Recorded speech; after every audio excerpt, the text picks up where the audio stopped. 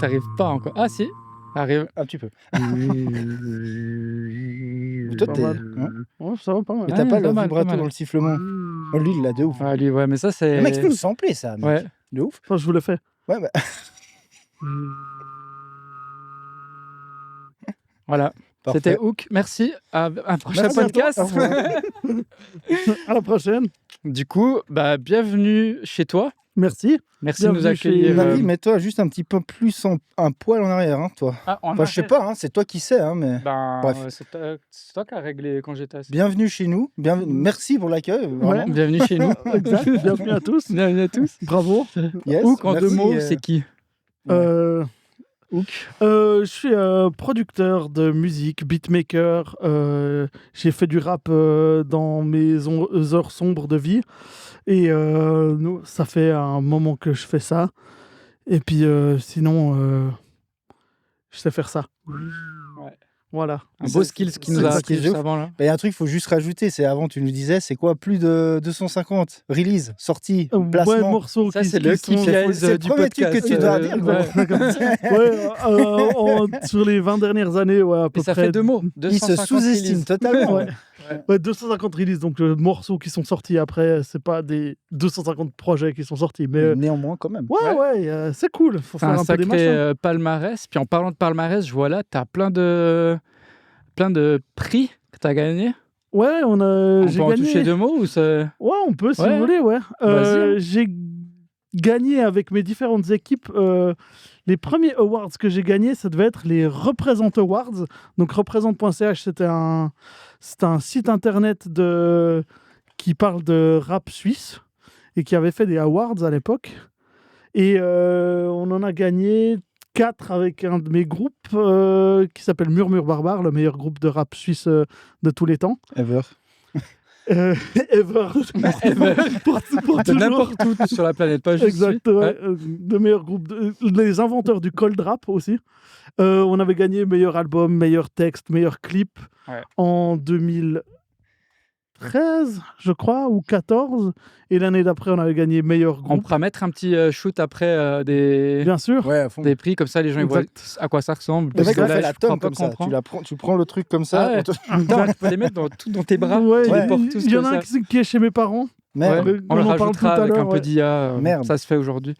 Avec Murmure Barbare, on a gagné aussi le Swiss Life Talent de meilleur groupe de musique urbaine. Ok. Pour pas dire, parce qu'ils osent pas dire rap, c'est pas bien. Ah ouais? Mais c'est toujours Ouais. d'actualité ça ou La musique urbaine non de De pas dire rap. rap. C'est vrai Ouais, que ce ouais. terme, il est ouf quand tu penses. Ouais, ça Ouais, n'a bizarre. aucun Ouais, sens. urbaine, Aucun sens. urbaine de rue un Et peu. tu sais. puis, qu'on a gagné aussi avec mon autre groupe, Mutiny Drummer Queen, qui était un groupe composé de GR, Hook et Mutiny Drummer Queen, Ouais. une chanteuse Vous avez de fait des beaux projets ensemble. Hein. C'était une stylé. chanteuse qui venait du Ça Kenya. l'est toujours hein, d'ailleurs. Ouais, ouais.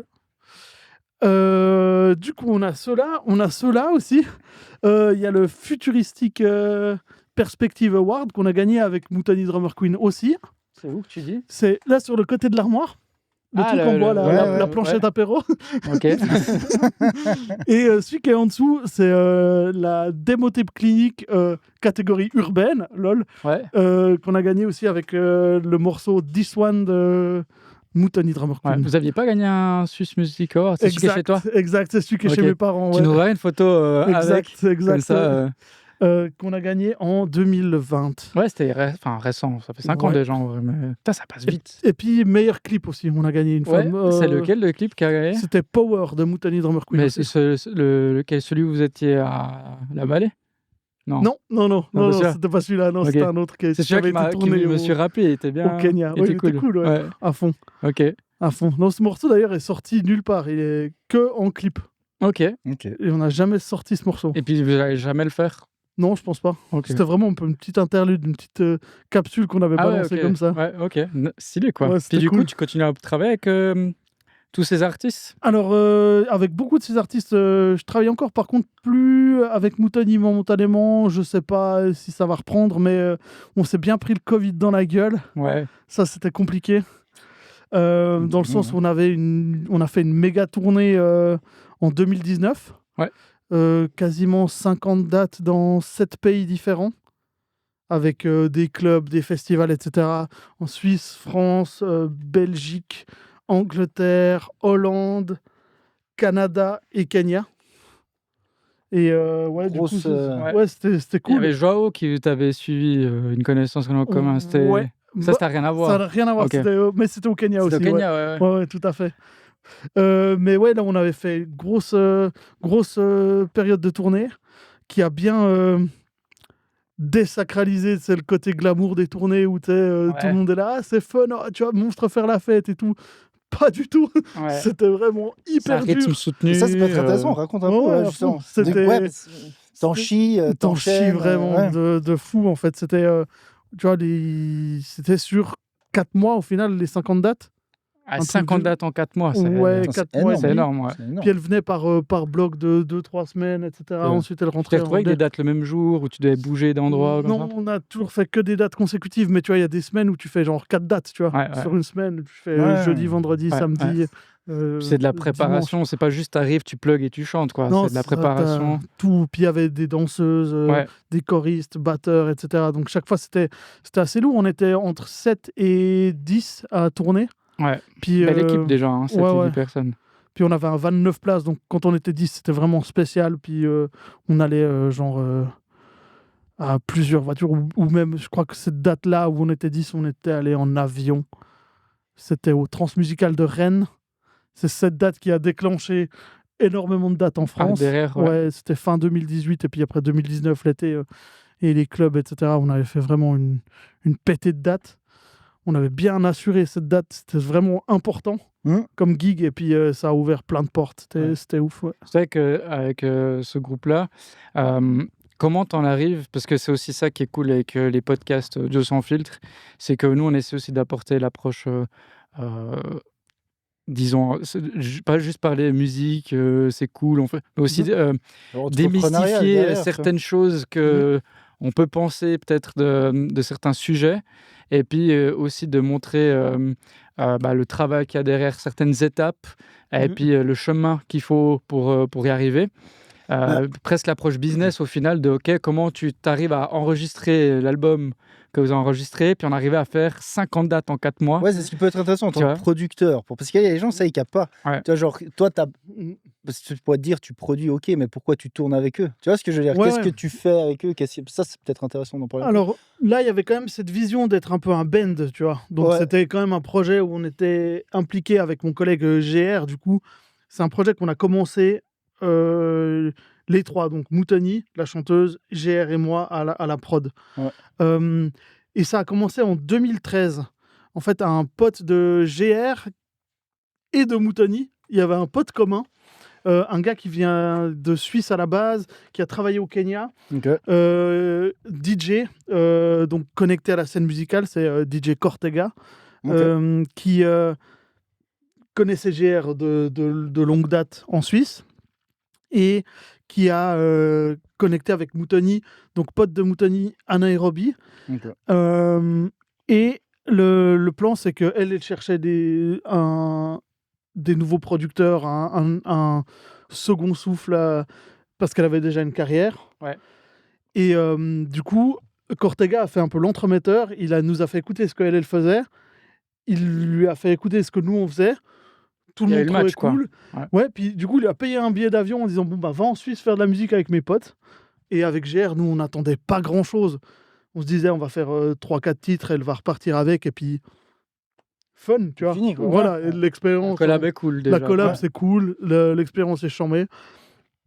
Et en fait, on a fait 11 titres en 20 jours. Alors qu'on se connaissait pas du tout, tu vois. Genre, c'était vraiment... Au début, c'était un peu... l'incompréhension, tu vois, genre entre la barrière de la langue, parce que, tu vois, à l'époque, on parlait pas autant couramment anglais que maintenant, parce que maintenant, par défaut, on doit parler anglais en travaillant avec des artistes internationaux. Et puis, on se connaissait pas du tout, tu vois. C'était vraiment, un peu clash de culture, clash de workflow et compagnie.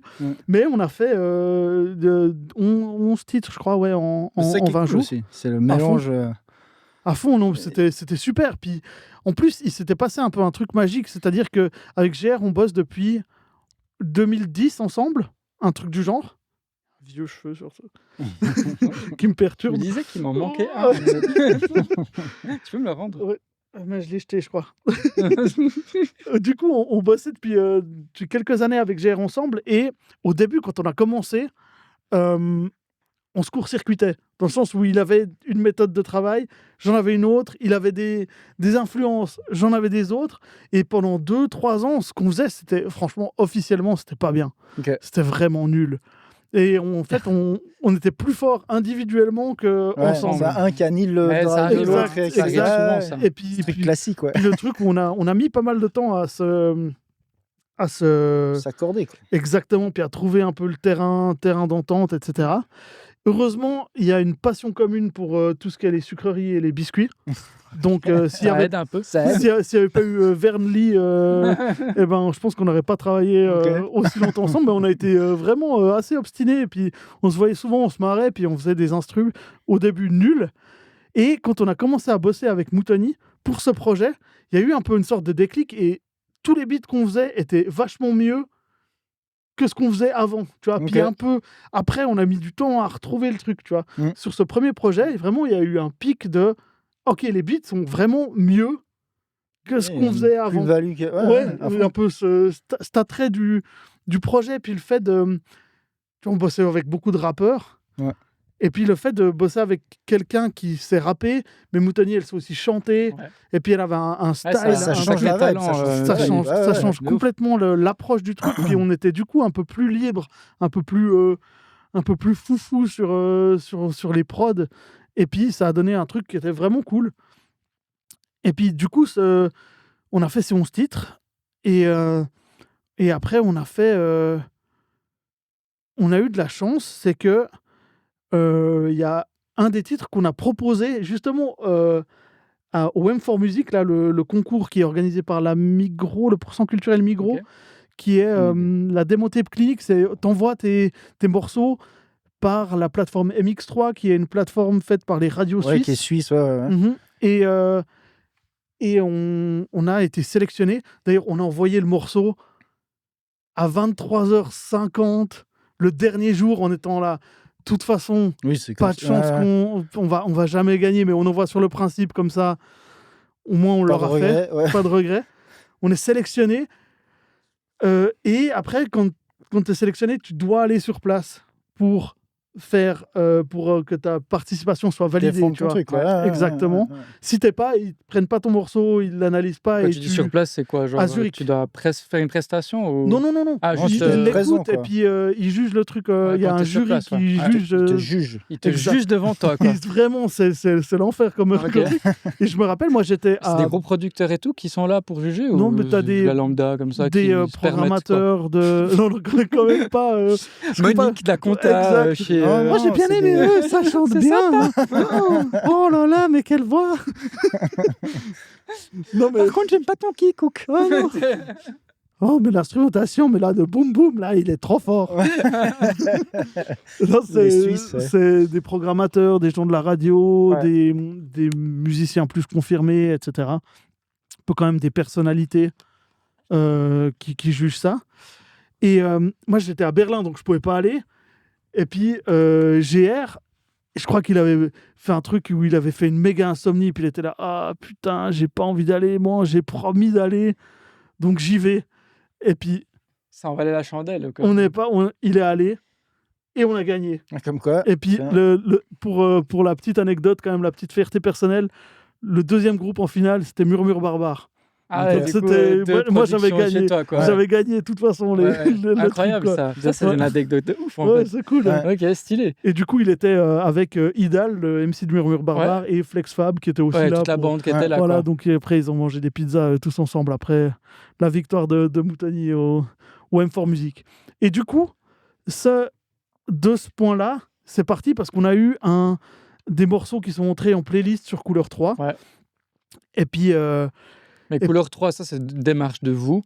Couleur 3, juste pour les gens, c'est une radio. C'est une radio nationale en Suisse.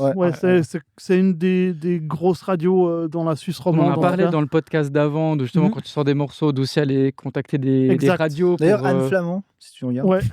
Bonjour Anne, que je connais bien. Bonne copine, ouais. Moi je la connais pas, enchanté. Anne. Elle regardera sûrement. Et Mais du coup, c'est une démarche que tu fais toi-même ou c'est parce que vous aviez gagné ce prix que c'est passé sur Couleur 3? Je me rappelle plus exactement la séquence, mais je sais que nous, le premier morceau que j'ai eu en repérage sur Couleur 3, c'était un morceau de Flex Fab et Vilo sur lequel j'avais bossé qui s'appelait Rollin'. Et c'est le frère de GR qui travaillait à Couleur 3 à l'époque qui l'avait passé à la programmation de la radio en disant ça c'est pas mal. Ça, c'est bien. Et puis du coup après on était en contact avec la programmation du coup de Couleur 3. Et puis c'est vrai qu'il y a ce truc où ça vaut la peine d'envoyer les morceaux. Donc chaque fois qu'on a des projets, on envoie. Ouais, t'envoies partout quoi. Et puis c'est cool. Donc c'est un peu les deux. Ça veut dire qu'une fois qu'ils te connaissent, ils vont checker un peu ce que tu fais. Ouais. Mais il y a tellement de trucs qui se font que si t'en vois pas, même s'ils te connaissent, ils vont pas checker. Ils n'ont pas forcément le temps et tout. Ouais, c'est ça. Exact. Donc il faut quand même être un peu proactif à ce niveau-là. Ouais.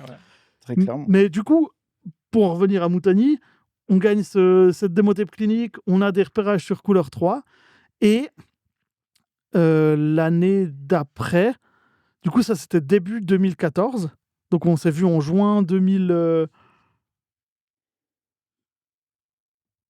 On s'est vu en juin 2013 la première fois avec Moutani. Fin 2014, le projet sort. Début 2015, on gagne la démotape clinique. J'essaie de je suis pas 100% sûr des années, mais à peu près. C'est pas grave, à peu près. Quoi. Et on gagne.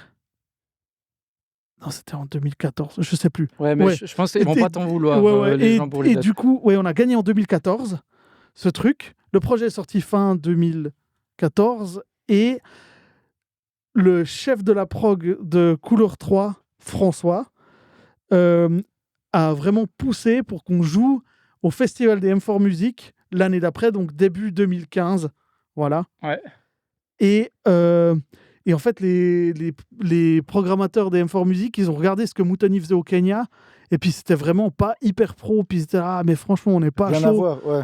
On n'est pas trop chaud, puis du coup, François, il a vraiment la mif à fond, il était là, non mais je vous assure ça va être bien, vous avez ma parole, c'est un autre type de producteur. Il a pris la responsabilité quoi. Exact, il a vraiment poussé pour nous et on a pu jouer du coup, je crois que c'est en mars, fin mars 2015, on a joué au festival M4 Music mais à la radio à Lausanne et on avait invité des gens de Paléo. Ok. Puis ils étaient là. Avant, ils étaient là, ouais, on va passer, mais en fait, nous, la prog, elle est bouclée. Donc, pour cette année, c'est mort. Pour cette année, c'est de toute façon mort. Le lendemain, coup de fil. On a une petite place. On a une place pour vous à Paléo. Donc, la même année, on a joué à Paléo. Prennent pas de risque, ils disent ça par défaut. Ouais, exact. Pas d'attente, je sais pas ce qui s'est passé, mais c'était trop cool. Et d'ailleurs, anecdote, on a remarqué qu'on était vraiment un peu con, mais bonne vibe. C'est qu'il y avait un morceau qui était dans le show qu'on avait prévu, parce qu'on a commencé à faire des dates, genre 2014 avec Moutoni. Il y a une interlude où il y a les danseuses. Et en fait, on l'a fait en live à la radio. Ah. C'était pas filmé en plus. Mais non, c'était pas du tout filmé. Et en fait, après coup, on était là. Mais en fait, on a fait un truc, une interlude de danse. Mais il n'y a pas de danseuses. Elles étaient là, les danseuses. Elles étaient là, ouais. Mais du coup, tout était planifié. Par contre, à la radio, il y avait quand même un public, tu vois. Ouais. Il y avait quand même un public dans la salle de la radio. Mais ceux qui écoutaient la radio. Ils n'ont pas vu les danseuses, quoi. Ouais. Bon, maintenant, ils filment. Ça aurait été maintenant. Maintenant, c'est vrai. Tu peux voir. T'étais passé il n'y a pas longtemps en plus sur Couleur 3, là, non? Ouais, je suis passé quand même quelques fois. Non, mais je dis tout récemment, là. Récemment ouais. Il y a quelques semaines ou mois, là, non? Ouais, j'ai repartagé des machins. Et puis c'est moi qui me suis fait avoir. C'était, je pense, l'année passée. Ah ouais, ok. Ouais. Un Ayuno avec Vinci et Geos, ouais. Et puis GR. Ouais. Pour parler du projet qu'on avait fait avec Karoun. On viendra, dessus. Puis du coup, c'est de là qu'est parti aussi le fait de tourner, quoi. Exactement. C'est que tu as commencé à vouloir... Enfin, il y a ce truc d'améliorer son spectacle. Ouais. Et en fait, on a vraiment tout... Et ça s'est construit là, quoi. Exactement. On a tout envisagé vraiment différemment comme un band. Puis on s'est dit, très vite, OK, en fait, il faut qu'on ait un show qui soit plus grand que notre réputation actuelle, parce qu'on n'avait pas de réputation, tu vois, personne connaissait ça ici. Mais on s'est dit, vas-y, on pète plus haut que notre cul, on investit, et ça doit payer vite. Puis si ça paye pas, et ben au moins on aurait essayé notre maximum. C'était toujours ça. Après, quoi. Exactement, c'était ça la démarche qu'on avait de base. Et du coup, vous avez fait quoi? Parce que du coup, pour bien comprendre, du coup, vous étiez 2 producteurs avec la chanteuse. Exact. Et les 2, vous étiez sur scène en mode DJ. Exact. Ouais, okay. Exact. Puis très vite, on a pris un batteur, Félix. Et puis après, on avait au début une choriste qui jouait aussi. Pardon, ça doit être toute cette eau plate. Ouais. Une choriste, Olga, et des danseuses aussi au début. Et en fait, toute la team après a un peu grossi, tu vois, plus professionnalisé et tout. Vos costumes, ils ont évolué à ce moment-là? Vous aviez un moment en costume, non? Ouais, on avait au début, on avait un dress code. Ensuite, après, on avait vraiment tous des costumes de scène, etc. etc. Avec toi, vous avez des masques et tout. C'était stylé. Ouais. Puis en fait, on avait les masques parce que avec GR, déjà, on n'est pas les gars forcément les plus swag et les plus à l'aise du monde. Et surtout, ça permettait que Moutoni soit vraiment la mise en avant. C'est vraiment la front personne du projet. C'est l'attention, elle est sur elle. Nous, on n'était pas important. Mais c'est cool que tu aies pu aussi vivre cette expérience-là. Ça, tu n'avais jamais vécu une expérience telle que celle-ci. Ben, avec Murmure Barbare, on a beaucoup tourné. Ouais, mais genre 50 dates à l'international. Avec Murmure Barbare, on a fait quelques dates internationales en France, etc. En France, en Serbie et en Amérique du Sud. Ah ouais? Ouais. Incroyable, ça. Amérique du Sud, je savais, mais Serbie, je savais pas. Improbable, j'ai l'impression. Parce qu'en fait, il y a une... Ça digresse fort, mais Murmure Barbare et la Serbie, on a une connexion parce que les graphistes du projet... Ils sont serbes? Ils ont bossé, ils bossent tout le temps là-bas avec des graphistes serbes, etc. Et la production du deuxième album de Murmure Barbare, toutes les pochettes vinyles ont été imprimées en Serbie. Le livre qui est avec le truc qu'on pourra regarder là. C'est une belle pièce. Hein. Tout ça, ça a été fait en Serbie et c'est vraiment gaufré à l'or. C'est cool, vous avez du taf aussi. C'est cool, quoi. Ouais. Et gaufré à l'or par les gens qui font les bibles orthodoxes. Mais non. Donc c'est incroyable. Ça, c'est très fun. Très fun. Mais du coup aussi, le lien entre Murmure Barbare et Moutoni, c'est qu'avec Murmure Barbare, on a été pris dans comment on dit, une sorte de programme créé par des clubs suisses et français qui s'appelle l'opération Iceberg, qui est un projet transfrontalier avec, je sais plus, les clubs un peu proches de la Suisse. Donc les clubs français proches de la Suisse et les clubs suisses proches de la France. Donc il y a le SAS de Delémont, la Casa Choc, les Docks à Lausanne, je crois. Puis, tu vois, la Poudrière à Belfort, etc. Tous ces clubs un peu par là. La Rodia de Besançon. Je ne connais pas du tout à Besançon. Mais si, on allait à la Rodia. C'est le gars qui parlait de sa TB. Ah, si on a joué avec David. Ah ouais, bah on a joué là-bas. Et puis tous ces... l'anecdote à un moment ou un autre de cette TB. Un arraché avec une TB qui nous a chié avec sa TB, quoi. En backstage, Trop bien.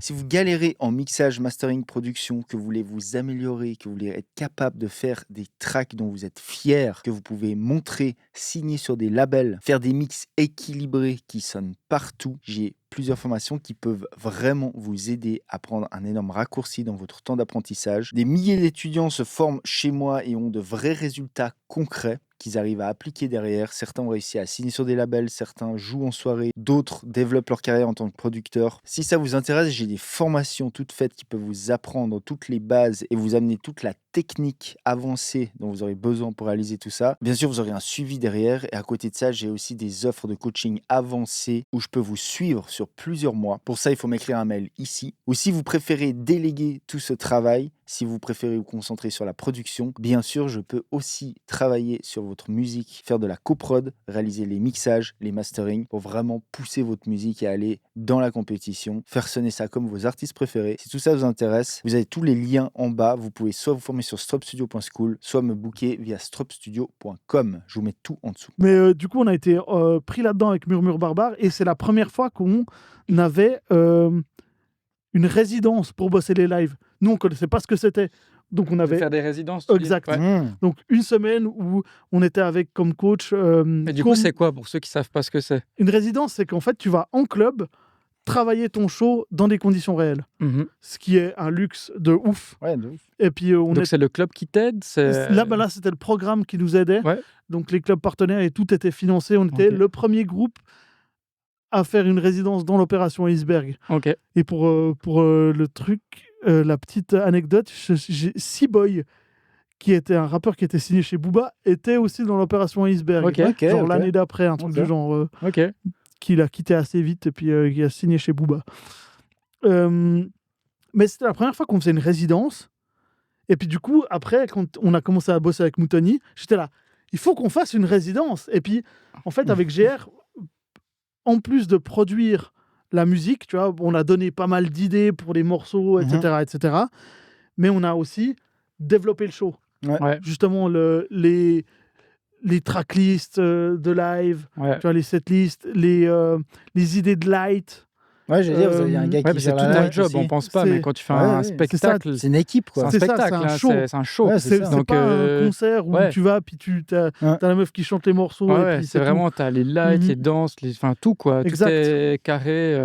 Ouais, puis on avait ce truc de se dire, ok, on fait vraiment un spectacle, puis on essaie de tout défoncer. Et ça a payé parce que justement, quand on a joué à Paléo en 2015, ils nous ont fait jouer à 22h30 sur le Club Tent, juste avant les feux d'artifice et David Guetta.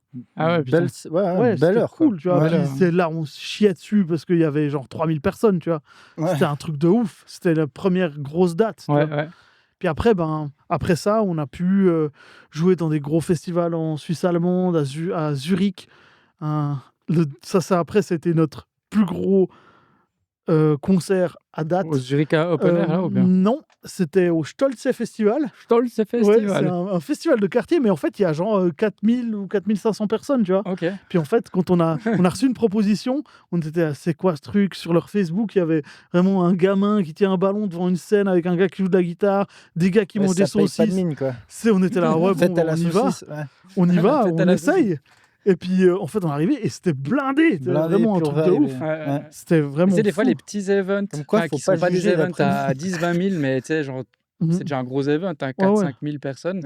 Clairement. Et c'est pacté. T'as l'impression que c'est ouf. Et là, ils sont chauds. Tout dépend. Si le public est bon aussi, ça donne toute une autre ambiance. Et surtout quand t'es à, je sais pas comment c'était, mais quand t'es à leur hauteur, tu vois, quand t'es pas trop séparé, tu vois ce que je veux dire? Clairement. Là, je crois que tu vois, la scène, elle était, je pense, t'es un petit peu seul. Un 10, un 20. Mais t'es pas perdu, quoi. Non. C'était ouf. C'était vraiment fou.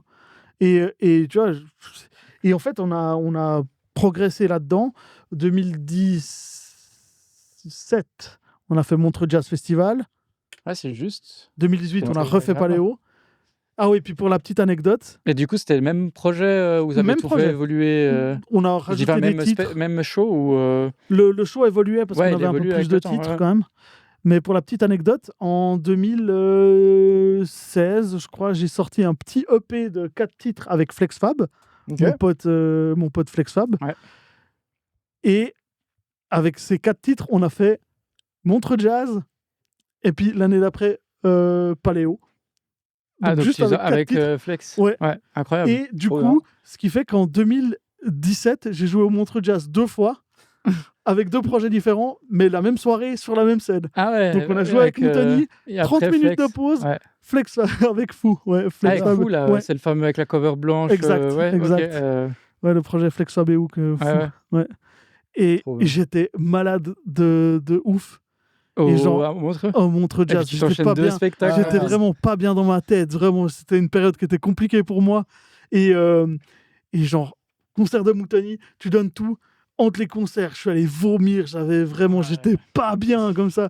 Et hop, tu repars, t'es sur scène, il y a rien qui se voit. Puis après le concert, j'étais vraiment en PLS, en train de rentrer à la maison. C'était fou. C'était quel moment. Vie d'artiste. Et puis du coup l'année suivante, Paléo Festival avec Fou et avec Moutoni. Aussi. Mais 2 jours différents. 2 jours différents. Ouais, on va pas exagérer. T'es un peu obligé de rester au festival Même pas, non, c'est pas si loin. Non, c'est cool. C'est beau, quoi. Et puis du coup, ce projet de Moutoni a continué. Puis la date clé après, c'est les Transmusicales de Rennes qui nous ont ouvert la France.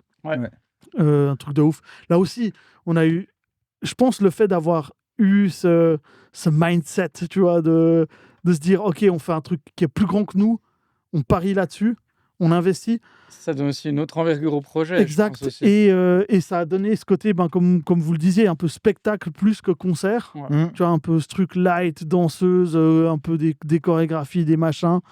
Et on a joué, je crois que ça s'appelle la Halle 9 au Transmusical. Donc c'est la plus grande scène en intérieur. Puis il y avait 7 ou 8 000 personnes. Ouais. Et c'était aussi le plus gros concert c'est des plus grosses scènes en France, c'est fou ça. C'est même les petits festivals, c'est tout de suite des grosses scènes là-bas. Ça c'est cool pour des artistes comme vous. Ouais, non, c'était ouf. Au niveau que vous étiez à ce moment-là, après vous avez encore plus de grosses scènes derrière. Clairement. Ouais, donc du coup en fait le truc c'est que t'oses derrière avoir une ambition qui te permet aussi d'améliorer ce que tu fais. Donc, tu crois en ton projet. Exact. Vous évoluez avec Tony à développer un plus gros show, un truc beaucoup plus structuré et différent.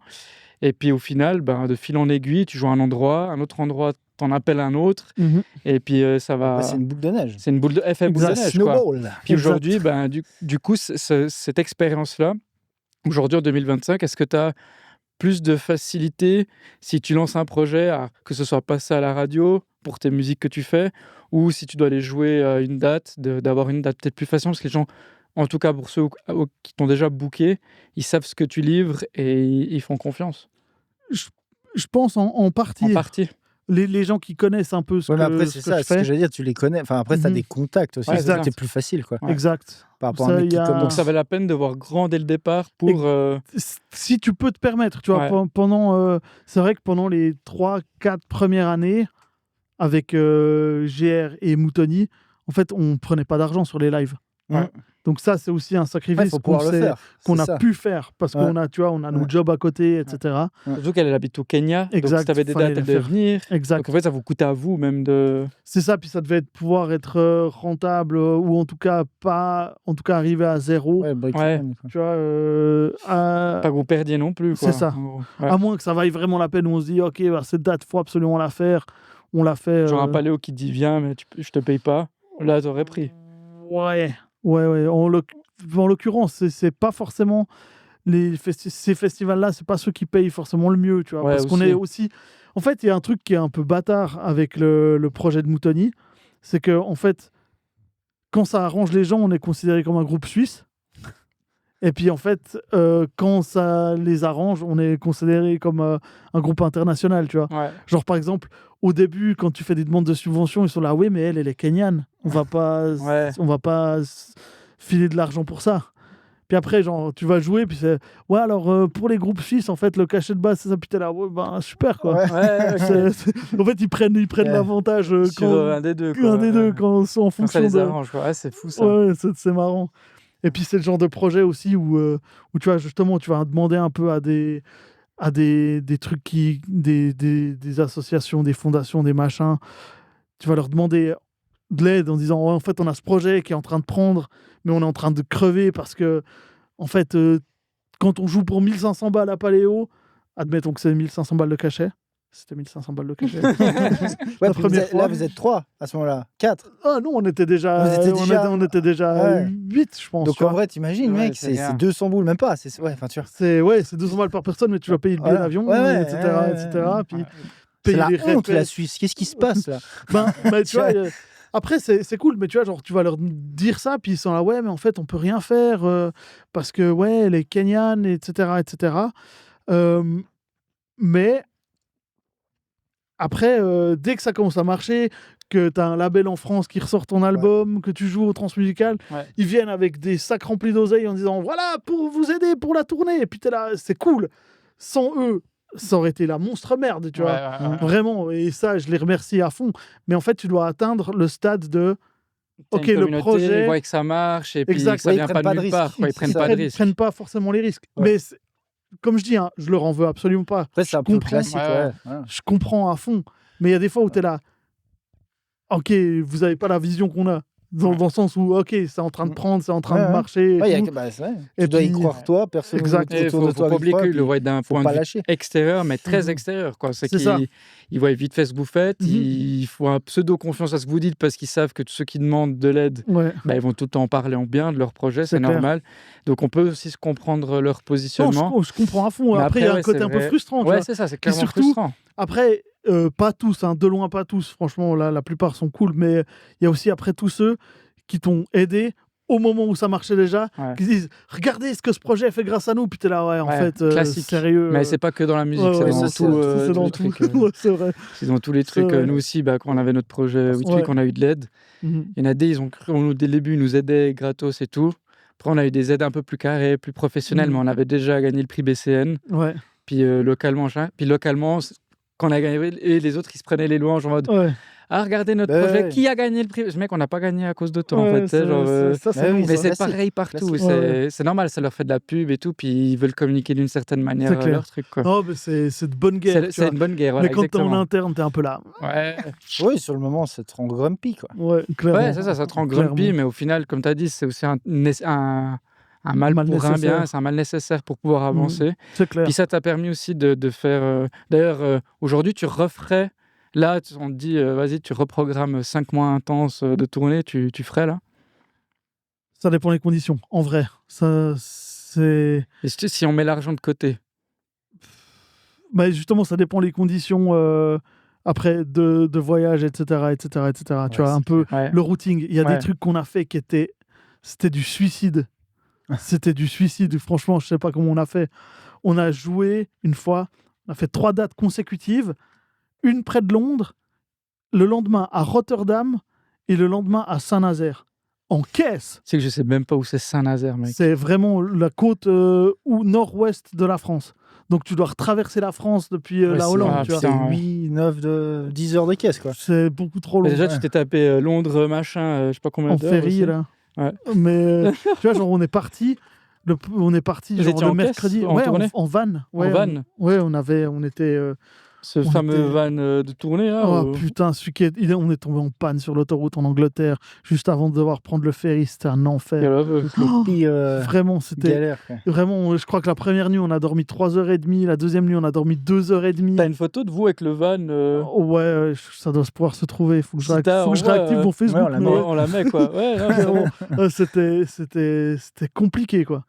Et vraiment, tu sais, genre je regardais le van, j'avais envie de crever, j'avais mal au dos juste en regardant le van, parce que c'est pas un truc où tu peux te coucher, où t'es confort, c'est vraiment... c'est un van.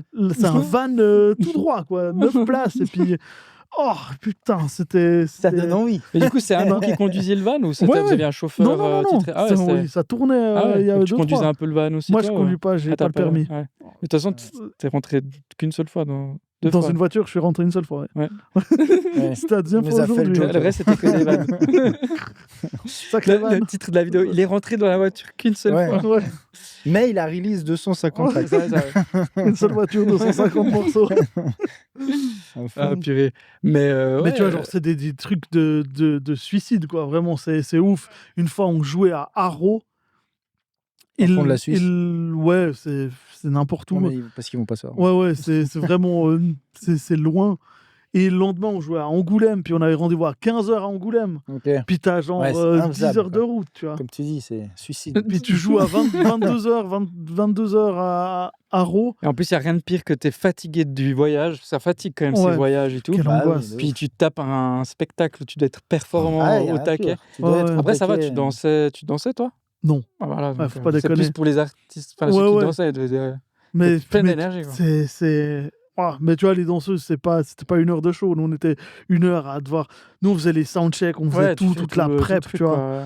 Et vraiment... Pour 1 heure de show, t'as combien d'heures de job sur place?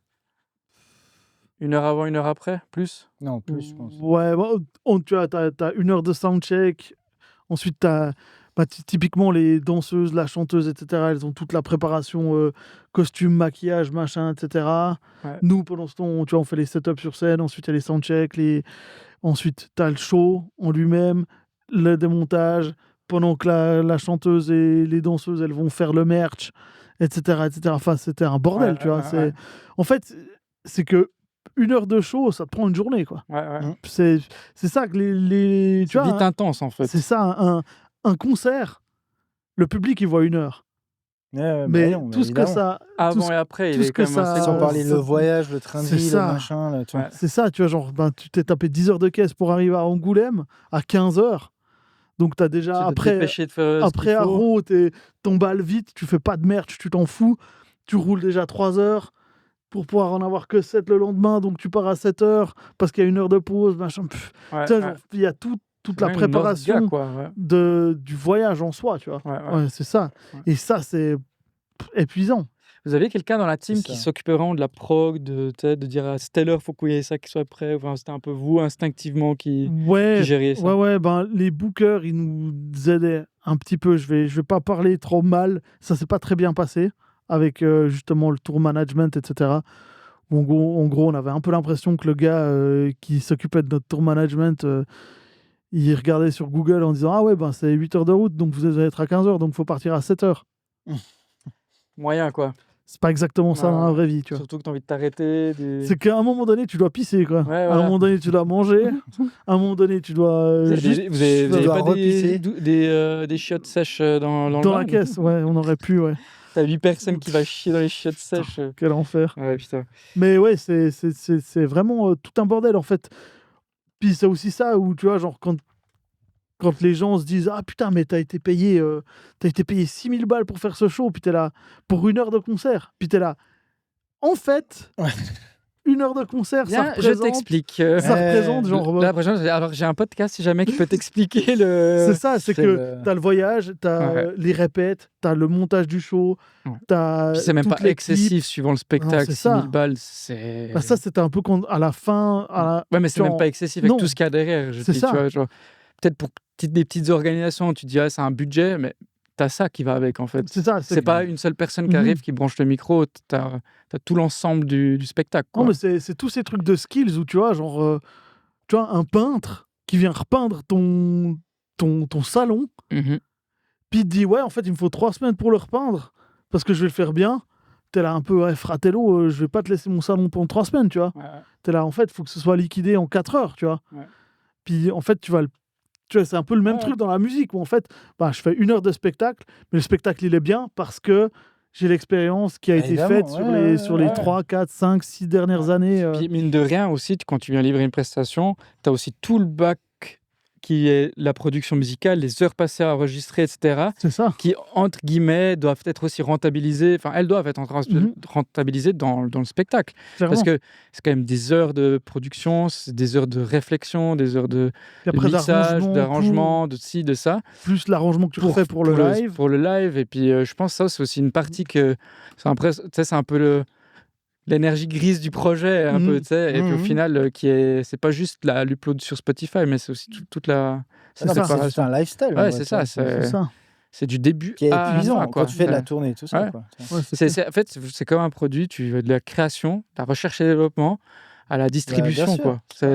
Non, et ça, on a tendance à l'oublier, tu vois, genre, c'est comme, tu vois, genre le mix d'un morceau, genre 99% des gens, ils pensent même pas au mix du morceau, tu vois.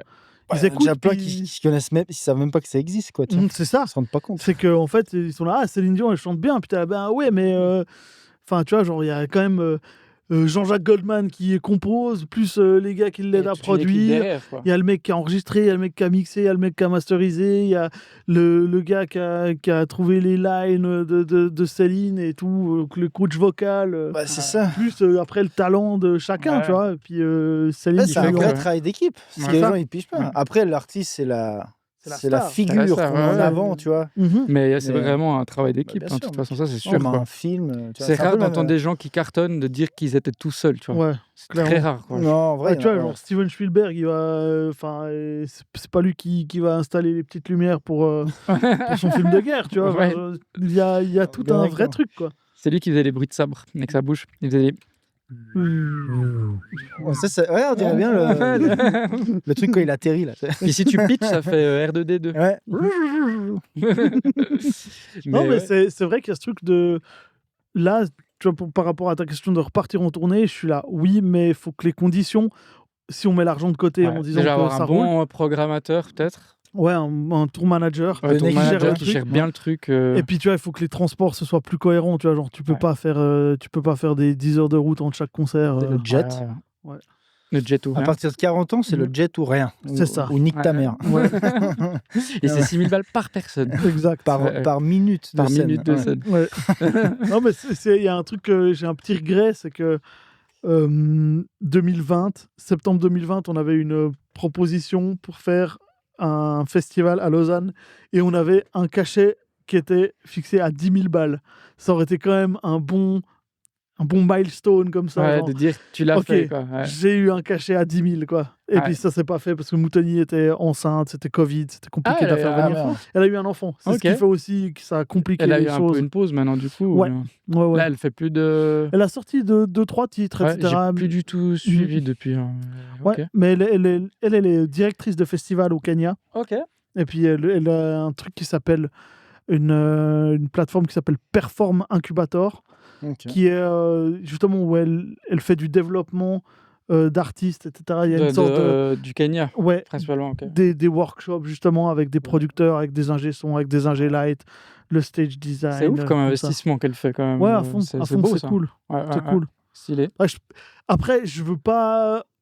J'ai l'impression qu'elle a appris beaucoup de choses en venant ici en Europe c'est une expérience de vie aussi de faire une tournée et tout. C'est clair. T'apprends énormément. Hein. Tu vois, je me rappelle la première fois où on était à Paléo, elle faisait le tour de Paléo, puis elle filmait, elle disait « Ah mais regarde là en fait, les toilettes elles sont situées là par rapport à ça, puis en fait les nombres de toilettes par rapport à la capacité, puis là les scènes elles sont espacées, Maline, puis en fait, tu vois, elle a bien... Parce qu'en fait, il y a des trucs. Reverse engineering, le truc. Exact, parce que là-bas, il n'y a pas de structure. C'est ça. Tu viens en Europe, tu apprends vite. Puis ceux qui sont forts au niveau structure, c'est les Hollandais. Ah, mais c'est les meilleurs. C'est les meilleurs au niveau festival, l'organisation de festival. Non, mais c'est cool. Après, attention, maintenant, les Ricains, mon gars, ils n'ont plus rien à envier à personne. Je parle en Europe. Mais maintenant, je te dis, mondialement, les Ricains, ils commencent à être presque devant, je pense. C'est vrai qu'ils ont de plus en plus des gros festivals. Mais là, mec, maintenant, il y a plein de Ricains. Je sais pas avec qui on en parlait, c'était dans un podcast. Bref, il y a des Ricains qui ont plus besoin de venir en Europe. Ils ont tout ce qu'il faut. Ils ont tout ce qu'il faut là-bas. Mais moi, qu'on a parlé de ça. Ouais, on a dû en parler. Peut-être tu parlais de ça avec Space, je pense. Ah oui, c'est vrai. On en parlait avec Space 92, ouais. Mais ouais, c'est... Parce que le festival qu'elle a, c'est un des plus gros festivals d'Afrique de l'Est, tu vois. Ok. Et puis du coup, il y avait des trucs, mais tu vois, on est allé la première fois, on a joué là-bas en 2015. Et puis vraiment, tu vois, genre les structures, les machins, etc., c'était quand même bien à l'arrache, tu vois. Puis après, quand on a commencé à venir et tu vois, ça, c'est un truc ici, typiquement, en fait, si elle apprend bien cool, ça, quoi. elle peut créer un système et vendre le système d'organisation, des formations de ça à d'autres entreprises dans toute l'Afrique, quoi. Mais c'est ouf quand même, je pense. Ici, je trouve, alors c'est peut-être que moi, mais on est vachement mal informé de ce qui se passe en Afrique, en vrai. Il y a plein de trucs, en vrai. Il y a toute une panoplie d'artistes là-bas nous, qui sont ouf, quoi. On a découvert grâce à ça, tu vois, puis spécialement, tu vois, Kenya et compagnie. Mais je sais qu'en Afrique du Sud aussi, il y a un petit peu des trucs. C'est méga violent. Enfin, les scènes, tu vois, genre après le Nigeria, c'est eux qui run le continent, tu vois, avec les Wizkid, les Burna Boy, etc. C'est ce qu'on connaît, mais il y a tellement de machins, quoi. C'est vraiment ouf, tu vois. Il y a Thames aussi, la chanteuse qui a gagné un Grammy l'année passée, là, je crois. Burna Boy qui a gagné. Elle est très plaquée, là, quand elle a gagné le Grammy. Je vois plus qui c'est. Ça, c'est Doechii, non ? Mais elle est ricaine. Ouais. Mais c'était, je sais plus, je sais qu'elle a gagné un Grammy, Burna Boy a gagné un Grammy. Mais justement, les Grammy, maintenant, ont un truc... c'est plus world music, mais c'est justement... Je crois que c'est un truc africain. Au-delà des États-Unis. J'ai entendu vaguement parler. C'était pas inscrit dans le truc aux States. Ouais, c'est relou. Tu participes même pas aux Grammys, en fait. À la base, ils étaient très... c'est certain qu'il y a des pépites, mon gars, là-bas, que personne. Voilà, j'ai 2-3 potes maintenant du Kenya qui sont affiliés au Grammy qui ont droit de vote pour les artistes, etc. C'est bien ça. C'est bien. Ouais, non, c'est cool. C'est bien. Ça développe. Mais il se passe des trucs de ouf. Puis aussi, nous, la scène rap du Kenya, on la connaît depuis 2013. environ, et elle a tellement évolué. Genre au début 2013, on écoutait puis on était pas ouf. Ouais. Puis maintenant il y a vraiment des gars qui sont niveau technologie. Tu suis un peu des producteurs là-bas, puis tu vois que c'est plus accessible peut-être en Afrique maintenant l'accès à la production musicale. Je dis pas que là-bas, il y a des studios comme tu as ici. Il y a des studios de ouf. Tu as pas mal de gears ici. J'ai déjà vu quelques... Mais tu vois, je dis n'importe quoi, mais maintenant, en Bandlab, on parle avant avec Moodboy, qui ont fait cette plateforme gratuite pendant longtemps. Maintenant, c'est payant, mais pendant longtemps, c'était gratuit. Puis maintenant, même dans des écoles standards, ils mettent à disposition Bandlab. Pour faire des cours démo, genre des ateliers créatifs pour les gamins, quoi. Parce que c'était gratuit et puis qu'ils ont des tablettes dans certaines écoles et tout. Puis je me demandais si d'un coup, toi, tu as ressenti en 2013 et puis la dernière fois que tu es allé, tu te dis, je vois que la musique, ça se démocratise dans l'accès grâce à Internet, grâce à, tu vois. Ouais, par contre, il y a un truc de ouf, c'est que le matos coûte beaucoup plus cher au Kenya qu'ici. Genre le matos comme ça, tu dis, même genre tu vois, laptop, des pads, taxé, des trucs de base. Ouais, c'est taxé de ouf. C'est ouf. Genre un petit pad qui coûte genre 90 balles ici, il est 250 balles au Kenya. Et puis après. Mais c'est à cause de l'importation et tout. Exact. Exact. Ils n'ont pas de distributeur. Là. Et puis je pense qu'ils ne fabriquent pas là-bas non plus. Donc, Et puis, du coup, en fait, c'est. Tu vois, genre vraiment, c'est l'équivalent 90 balles, 250 balles suisses. Et puis c'est par rapport au niveau de vie, sachant que tu as des loyers qui sont à 150 balles, tu vois. Genre tu as 2 mois de loyer pour un pad, quoi. C'est pas OK, tu vois. C'est pas non plus t'achètes un Joop, quoi. C'est ça, c'est vraiment. Mais il y a un ou deux gros studios au Kenya quand même. Après, je pense que ceux qui arrivent à gagner là-bas avec la Muse, ils y gagnent bien, quoi. Ouais, après il y a plein de trucs. S'ils ont des gars qui percent à l'international, le peu qu'ils gagnent, pour nous, ça serait trop peu. Pour eux, peut-être, ça serait... je crois que j'ai 2-3 potes qui s'en sortent vraiment bien, là-bas. Même par rapport aux standards suisses. Tu vois, justement, j'ai des potes qui ont gagné un Grammy parce qu'ils étaient sur l'album de Burna Boy. Ils tournent quand même beaucoup. Mais par contre, il y a un truc où, tu vois, la Suiza et la SACEM, il y a l'équivalent au Kenya, mais c'est corrompu de ouf. Vraiment, et les gars, ils se gardent tout l'oseille, tu vois. J'ai justement des potes là-bas qui... Elle s'est inscrite là-bas, Tony, ou quoi? Ouais, mais maintenant elle est inscrite à la Suiza. Ouais, j'allais dire. Elle peut s'inscrire à la Suiza depuis Kenya, bien sûr. Ah, je savais pas ça. Tu peux t'inscrire où tu veux. Hein. Ok. Tu sais, ça, c'est un truc que je ne savais pas. Même être inscrit dans plusieurs. C'est une organisation, c'est pas un truc étatique, quoi. C'est pour ça. Ouais, c'est ça. C'est des sociétés, mais qui sont un peu je sais pas si c'est privé. Je sais même pas. Je crois que c'est privé. La Suiza, c'est une coopérative. Je crois, parce qu'ils ont. Je crois que c'est une coopérative, la Suiza. J'imagine. Ils ont je sais pas combien d'actionnaires dans la Suiza. Mais du coup, l'équivalent de la Suiza et de la SACEM au Kenya, ils sont corrompus de ouf. Des potes qui tournent en radio là-bas tout le temps. Ils touchent que dalle, quoi. Ils ont, je crois, une fois, ils ont touché, je sais plus, j'arrive plus à savoir si c'est 10 ou 100 balles pour une année. Donc, ce qui est quand même vraiment pas ouf. De fou, quoi. Ils tournent de ouf, ils passent tout le temps à la radio. Parce que le mec qui gère ça, le président de la MCSKE... Il s'est mis les droits à son nom, ou bien? Non, il a dit, en fait, Dieu, il serait pas d'accord avec ce que vous faites, vous corrompez la jeunesse, donc estimez-vous content d'avoir reçu ce que vous avez reçu. Puis le reste, il refout en... Puis après, le reste, l'église. Ça a disparu, on sait pas où. Putain, et puis, tu vois, genre, l'année passée... Et du coup, ils ont bougé, puis ils sont allés aussi à d'autres organisations, même pas. Je pense, ouais. Quand t'as ça, c'est pas possible. Mais après, du coup, ça veut dire que tous les passages radio au Kenya... Eux, ils sont genre aussi corrompus de base, peut-être, et puis...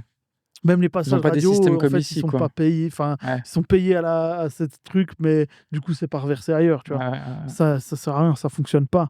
Mais je crois qu'il y a un truc de ouf. Un de mes potes m'expliquait que, justement, la MCSKE avait distribué 7 millions pour tous les artistes du pays pour une année. Donc, pas ouf, tu vois. 7 millions pour tout le pays. Et puis que le board de la MCSKE s'était pris 14 millions. Donc, il se mettait un peu. Ils avaient gardé 66% du bénéf, quoi. C'est ça. Puis le patron de la boîte, lui, il se touchait bien 1 million ou 2, peut-être. Et puis, c'était belle. Aucun sens, quoi. En vrai, il faudrait monter une organisation comme ça là-bas. Et puis... Compliqué. Ouais, mais tu crois que tu peux débarquer comme ça? Non, tu te fais allumer, je pense. Ouais, je pense. Ça rigole pas. Le Kenya, c'est compliqué en ce moment. Très compliqué. Il n'y avait pas guerre là-bas un peu, là? C'était un peu semi-guerre civile à une époque, justement. Mais là, maintenant, c'est pas revenu, justement? Ou je confonds avec le Sri Lanka? Ça n'a rien à voir. Non, ça n'a pas du tout de... Je sais plus si Ça finit en A, en fait. Non, mais j'ai du tout. entendu, je sais plus, c'est Kenya, parce que je connais quelqu'un qui est mix des deux. Ok. Kenya, Sri Lanka. Ok. HS, c'est un peu le Ok. truc. Et puis, je sais Mais le plus lequel Kenya, des c'est deux vraiment le pays. bordel. Hein. Quel Mais... des deux pays récemment, elles ont dû partir, toute la famille qui a dû aller vivre chez eux, puis ça commence à être guerre. Alors, je sais que non, c'est au Guerre Congo, civile. parce que Denis, qui est belge, tu sais, il y a des Belges au Congo. Alors Là- non, elle n'est pas congolaise, celle Ouais, que bah, je... Mais bref, peut-être là, au Congo, il y a des- aussi, hein, c'est pas Il y a impossible. quelques mois, là, il y a eu des histoires. Ok. Il y a des gens qui Ouais, ont dû c'est- bouger ouais, parce mais qu'il y c'est a le des monstre- rébellions, je sais pas quoi. c'est le monstre bordel. Ouais, alors moi je suis pas un expert en géopolitique, donc on peut vite changer de sujet. Mhm. Mais du coup, ouais, c'est ouf ce parcours que moi je connaissais pas du tout, malgré qu'on se connaît. Je connaissais pas cette histoire et c'est assez impressionnant de savoir que tu as vécu ça. Et puis surtout d'avoir ton ressenti de ton expérience. Parce que Ouais. tu vois, des fois tu entends quelqu'un qui fait une tournée et tout, mais se comprendre l'envers du décor est c'est quand même dur, quoi. autre chose. C'est ouf, hein. Franchement, je Il faut le changerais vivre rien. une fois dans sa vie. Je changerais rien. Je pense, Mais en par tout contre, cas. justement, repartir là-dedans, je réfléchirais à Maintenant, deux tu fois. repartirais avec des bonnes bases aussi, de tout Aussi, ce que ouais. tu voudrais pas refaire C'est clair. comme erreur et Mhm. quel confort tu voudrais te rajouter que tu n'avais pas Bah tiens, avant. ça c'est un clairement. bon truc. Sors-nous les, voilà, je sais pas, les 3 erreurs à éviter absolument que tu referais pas, toi. Tu vois, genre les Mhm. pour le complètement. Et les les 3 conforts agences- que tu te rajouterais. Ouais. Comme ça, Alors, tu peux splitter le truc les en deux. erreurs, je dirais, contractualiser avec les agences de booking. Ouais. Parce qu'il y a un peu un truc qui est méga shady, en tout cas en Suisse, c'est que genre, en fait, tu signes avec des bookers, Ouais. mais il n'y a pas de contrat. C'est genre un peu, ouais, on prend tel truc, puis c'est un peu des contrats oraux. Ouais, c'était pas clair de combien qui a quoi. Et puis, ouais, justement, il y a eu un peu 2-3 trucs où on s'est retrouvé dans des situations un peu chiantes. Donc, contractualiser, même si c'est cool, tu vois. Ouais. Mais en Et vrai, quand tu surtout, dis contractualiser, c'est par rapport à quoi exactement? Genre, Ben, tu vois, les pas juste une question de conditions, pourcentage, mais les les deals, quoi. pourcentages, les deals, etc. Ouais. Et puis quoi, comment. Ouais. Tout. C'est parce qu'en fait, t'as pas besoin de contrat quand ça se passe bien. Mais quand ça se passe mal, c'est là où un Ouais. contrat, ça aurait été il fait- cool. c'est sûr. eh bien. Et puis, il y a ce côté, genre, en tant qu'artiste, je suis le premier, hein. Je suis le premier à être comme ça. Mais on a peur des contrats. Parce que ça rend le truc sérieux. Ouais, ça rebute. Ça rend un peu le truc... ouais, c'est un peu prise de tête de faire des contrats. Et en fait, Oui, puis c'est comme si en fait tu faisais pas confiance du coup. Exact. Ça enlève. Ouais. et en fait Ouais. c'est de la merde Mais de c'est penser l'inverse. comme ça. Ouais, c'est l'inverse. C'est pour se C'est protéger. Au contraire, si t'es vraiment pote, Mhm. bah mec, il y a aucun problème. On fait un contrat, tout le monde est clair, Exact. tu vois, et voilà. Et puis tu sais, C'est puis c'est réglé. noté ce que tu dois Exactement. faire, c'est noté Et ce que je c'est dois clair faire. dès le début. Et puis c'est cool. Ouais. Et ça c'est le premier truc. Les contrats, c'est méga important. Deuxième truc, faut pas lésiner sur les moyens, si tu peux, pour ton show. Dans le sens où dis pas, quand je gagnerai plus d'argent, je développerai mon show. C'est ce que tu disais tout à l'heure, ça a C'est apporté ça. ses fruits pour vous de donner cette implication aussi, là. Exact. De voir Surtout grand. si tu as une vision où tu te dis, ok, bah en fait, ça peut marcher plus haut, tu vois. Mhm. Je veux dire, il y a des projets que je Tu sais, fais. tu dis ça, les gars, on s'en balait, ils vont venir en hélico. Ouais, c'est- Non, mais il a raison, je trouve que c'est Ouais. important, mon gars, d'être dans ambitieux, tes tu vois. moyens Ouais. de réussir à Après, faire tu vois, quelque tu chose peux- d'ambitieux, quoi. Nous, on Ouais. a eu ce luxe-là parce que on avait tous un peu des jobs à côté qui nous permettaient de pas dépendre de l'argent de la musique. Ouais. Ça, c'est aussi un truc où c'est pas tout le monde peut se permettre ça. Ouais. Puis ça, je suis content d'avoir ça. Ça peut être un des conseils, c'est genre, en fait, il n'y a pas de problème à travailler à côté et puis, Ouais. et puis avoir une source de revenus fixe, ça enlève vachement de pression pour la musique. J'allais y venir. Alors, toi, t'es plus de la team de ça, mais le désavantage, c'est que Le t'es moins désavantage- focus dans ton truc et que t'as moins de temps et que t'es moins. Ouais, mais par contre, peut-être que tu te la touches moins aussi. C'est vrai. C'est-à-dire que si tu as moins de temps, T'optimises mieux ton temps. t'optimises C'est vrai. ton temps. Ouais, c'est vrai. Mais il y a aussi ce truc de pas forcément de dalle, tu vois. Ouais. Ou si t'as pas besoin de gagner de l'argent, en fait, t'es là. Ouais, t'es moins à accepter le moindre. Ouais. Ouais. C'est vrai. Mais aussi. puis du coup, peut-être que ça te fait avancer moins vite, tu vois. Le fait d'avoir ce luxe de pouvoir choisir tes projets. Dans ma configuration de vie, en fait, c'est cool parce que mon taf tu vois, je taffe à 50%. Encore donc maintenant Ouais, Ouais, ok. largement. Ouais. Ok. Je vis clairement pas de la musique. Ok. Ça, c'est un autre message aussi à ouais. dire, tu vois. Malgré que tout les ça, gens se malgré rendent ouais, compte, mais tu c'est- vois. c'est ça Ça- aussi qu'on dit ça- démystifier, c'est de montrer que, bah voilà, après, Que de... on est dans un cas de figure où tu serais peut-être en France en train de vivre et d'habiter peut-être que tu bosserais pas. Je sais pas. Peut-être. Peut-être. Ne serait-ce qu'avec le statut de l'intermittence. Ouais, aussi, c'est vrai. Mais de nouveau, il y a ce truc où c'est très cool l'intermittence, mais c'est une question que je me pose. Est-ce que tu optimises autant ton temps aussi, peut-être? Oui, mais surtout, est-ce que ça te fait pas accepter des projets que tu ferais pas? Tu sais, parce que il te faut des crédits d'intermittence, un truc du genre. Pour pouvoir toucher exact. des thunes. Et puis en fait, du coup, tu fais des trucs. En fait, ça me fait des crédits d'intermittence. En fait, fuck. Moi, je sais que c'est un truc où j'aurais pas envie de faire ça. Mais comme le fait que, genre, tu vois, j'ai un stud, en fait, c'est pour faire mes projets. Je prends peu de clients. Puis tu gardes quand même cette approche très passion qui reste. Exact. Puis tu es sans aucune obligation, tu fais ce que tu kiffes. Et puis tu as ta sécurité avec ton 50%. Exact. Ça te permet déjà. Puis si tu as un truc qui pète ou tu as d'un coup une tournée de 5 mois, tu peux aussi le faire. Exact. Et puis dès que tu n'as plus, tu as toujours cette sécurité qui. Tu avais déjà le même job avant et maintenant. Puis là, pendant les 5 mois, tu as fait quoi? Tu as fait 5 mois de vacances Non, parce qu'en fait, c'était des blocs. Donc, du coup, tu vois, c'était des 2-3 semaines où je prenais 2-3 semaines. Ensuite, je bossais à 100% pour compenser pendant 2-3 semaines. Ah ouais, ok. Ah ouais, tu pouvais faire ça, c'est cool. Mais du coup, c'est éprouvant quand même. C'était méga dur. C'était méga dur. De repos entre les tournées parce que tu vas bosser derrière. C'est ça. Et puis... C'est ça. Il y a une fois, on avait 2 dates au Canada. Puis on est parti jeudi, tu vois, on est parti jeudi midi de Charles de Gaulle. On arrive milieu d'après-midi au Canada avec le décalage horaire. Jeudi midi d'après-midi.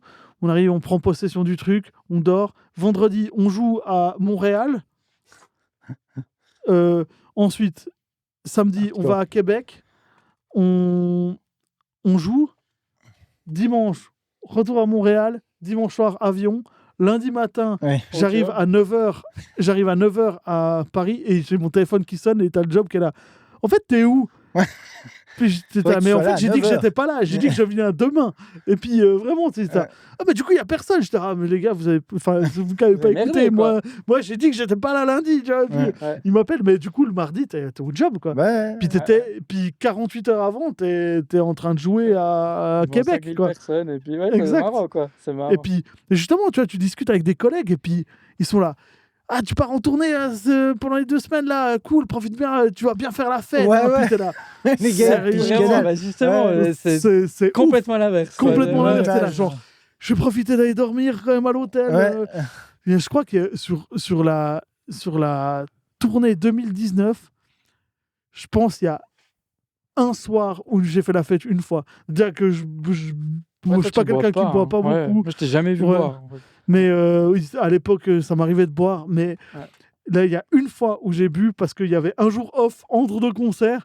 Et puis, ça s'était bien passé. On s'était fait un bon show et tout. Et puis, hop. Taper une crampe là-dessus, mon gars. Nice. Vas-y, continue. Je reste 2 secondes de regarde si les caméras. J'ai regardé avant, c'est bon. Ah, c'est bon. Mais allez, vas-y, continue. Et puis, du coup, on a pris une pétée, quoi. Et mais une sur, tu vois, genre sur 50 dates, je pense qu'il y a vraiment ça se compte sur les doigts d'une main. En plus, je pense vu que tu bois plus trop ou presque plus. Puis en plus, tu viens t'en bois 1 ou 2 et t'es déjà... ça. En plus, t'es éprouvé physiquement, etc. Ça va vite, quoi. Et puis hop, tu bois un spritz, hop, c'est fini. C'est parti, quoi. C'était très drôle, quoi. Du coup, à part le fait que tu bosses à côté, etc., tu as aussi fait, on en parlait tout à l'heure, qu'on a fait le podcast tout à l'heure avec le Mood, on parlait de maison d'édition et puis aussi de se faire d'un coup placer un morceau. Puis on s'est rappelé que tu avais fait un placement assez stylé. Enfin, stylé. Ça dépend pour qui. C'était team telle marque ou telle marque. Voilà. On n'a rien à branler, gros. Mais du coup, est-ce que j'ai pas envie de spoil, tu veux raconter, je mets tout. Ouais. Alors, ça, c'était très, très drôle. Donc, du coup, il y a Apple qui a acheté un de nos morceaux pour l'iPhone 12 Pro. Ouais, j'avais dit iPhone 12, j'étais pas loin. C'est juste. C'était il n'y a pas si longtemps, en vrai. C'était il y a 3-4 modèles, ouais. En 3-4 ans, ouais. Et en fait, ça s'est passé de la manière suivante. Il y a le publisher de l'album de Moutoni qui nous dit « Il me faut les pistes de ce morceau vite parce qu'il y a possiblement un gros truc, une grosse synchro qui pourrait se passer. Je ne sais pas pour qui, je ne sais pas quand, je sais pas comment. » C'était anonyme ou... Mais comment c'est anonyme si ton morceau à toi, tu vois? Ouais, bah il disait, en fait, tant que c'est pas confirmé. C'est une pub pour Pornhub. Ouais, en fait, t'as quand même des clauses, tu vois, de trucs où ça peut pas être des trucs racistes, ça peut pas être des trucs, etc. Pas musique pour le Front National, quoi. Exact, mais ils étaient là, ouais. Un gros truc, une grosse synchro, Marine Le Pen. Ouais, nice. Et puis, ouais, du coup, on a dû envoyer les pistes et tout. Ensuite, maintenant, je peux le dire, il y avait un sample qu'on a dû remplacer vite fait parce que c'était ambigu. C'était un peu, ouais. Et du coup, mais ils ont su ou c'est vous qui avez anticipé? On a anticipé. On n'a pas pris de risque. On a vraiment changé le truc. Il n'y a plus du tout de sample dans ce qu'on a envoyé. Tu sais jamais, quoi. Ouais. Mais du coup, on a envoyé le truc sans les samples et tout, parce que tu peux pas te permettre. Et du coup, ça a été envoyé. Et puis, le publisher nous rappelle, il fait « Ok, c'est bon, c'est validé. En fait, c'est Apple. » Voilà. Et tu savais après pour le produit et tout, tu avais tous les détails après. Bon, après, en fait, j'en avais un peu rien à foutre, mais c'était cool. Mais du coup, c'est marrant, le publisher, lui, c'était qui le client? Ou il savait peut-être même pas, lui. En fait, lui, il a reçu une requête, quoi. Exact. Le budget et tout, mais il sait pas pour qui c'est, quoi. Parce que lui, il bosse avec des boîtes qui font les placements, qui font les placements. Exact. Et puis du coup, en fait, quand tu sais ce que ça génère, entre ce que ça génère et ce que tu touches, puis t'es là, ah putain, ils prennent vraiment tous bien des pourcentages. Tous ces trucs, en fait, où t'es pas forcément au courant. Puis il y en a un qui a justement donné le comment tu dis, le gross fee, donc le montant total, brut. Et puis après, t'es là, ah putain, c'est beaucoup. Puis après, t'es là. Non, mais en toi, fait, tu touches que... En fait, toi, tu vas toucher 10% si du truc. On peut parler de chiffres ou c'est trop... Tu touches quoi, 10%? Ouais, globalement, au final. Tu vois, je me suis dit que c'était quelque chose comme ça. Mais après, ça dépend des deals, mec. Ça, c'est les droits d'édition. Après, c'est 10% que tu n'aurais jamais touché si tu n'avais pas le placement avec eux aussi, quoi. Si je dis pas de conneries. Bah oui. Ouais, mais en fait, tu vois, genre, par exemple, là... Mais Apple, quand ils veulent un droit sur un morceau, ils payent combien des grosses boîtes comme ça? Bah, alors... Dans le gross, en gros, le truc, c'est que ça a généré... On parle de 40 000 balles, 100 000 balles, 40 000 balles. Pour 7 secondes de musique. Dans une pub, genre, pour l'iPhone. Exact. Puis t'es là, ça, c'est le truc, justement, brut. Et puis, t'as le music supervisor, donc le gars de la boîte, il prend 30% de base. Tu vois, puis t'es là, bon, il te reste 26 000. Et là, vous êtes partagé 10% de tous ceux qui étaient derrière le projet? Non. Ça c'était à toi les 10? Ouais, moi j'ai touché 10% du truc.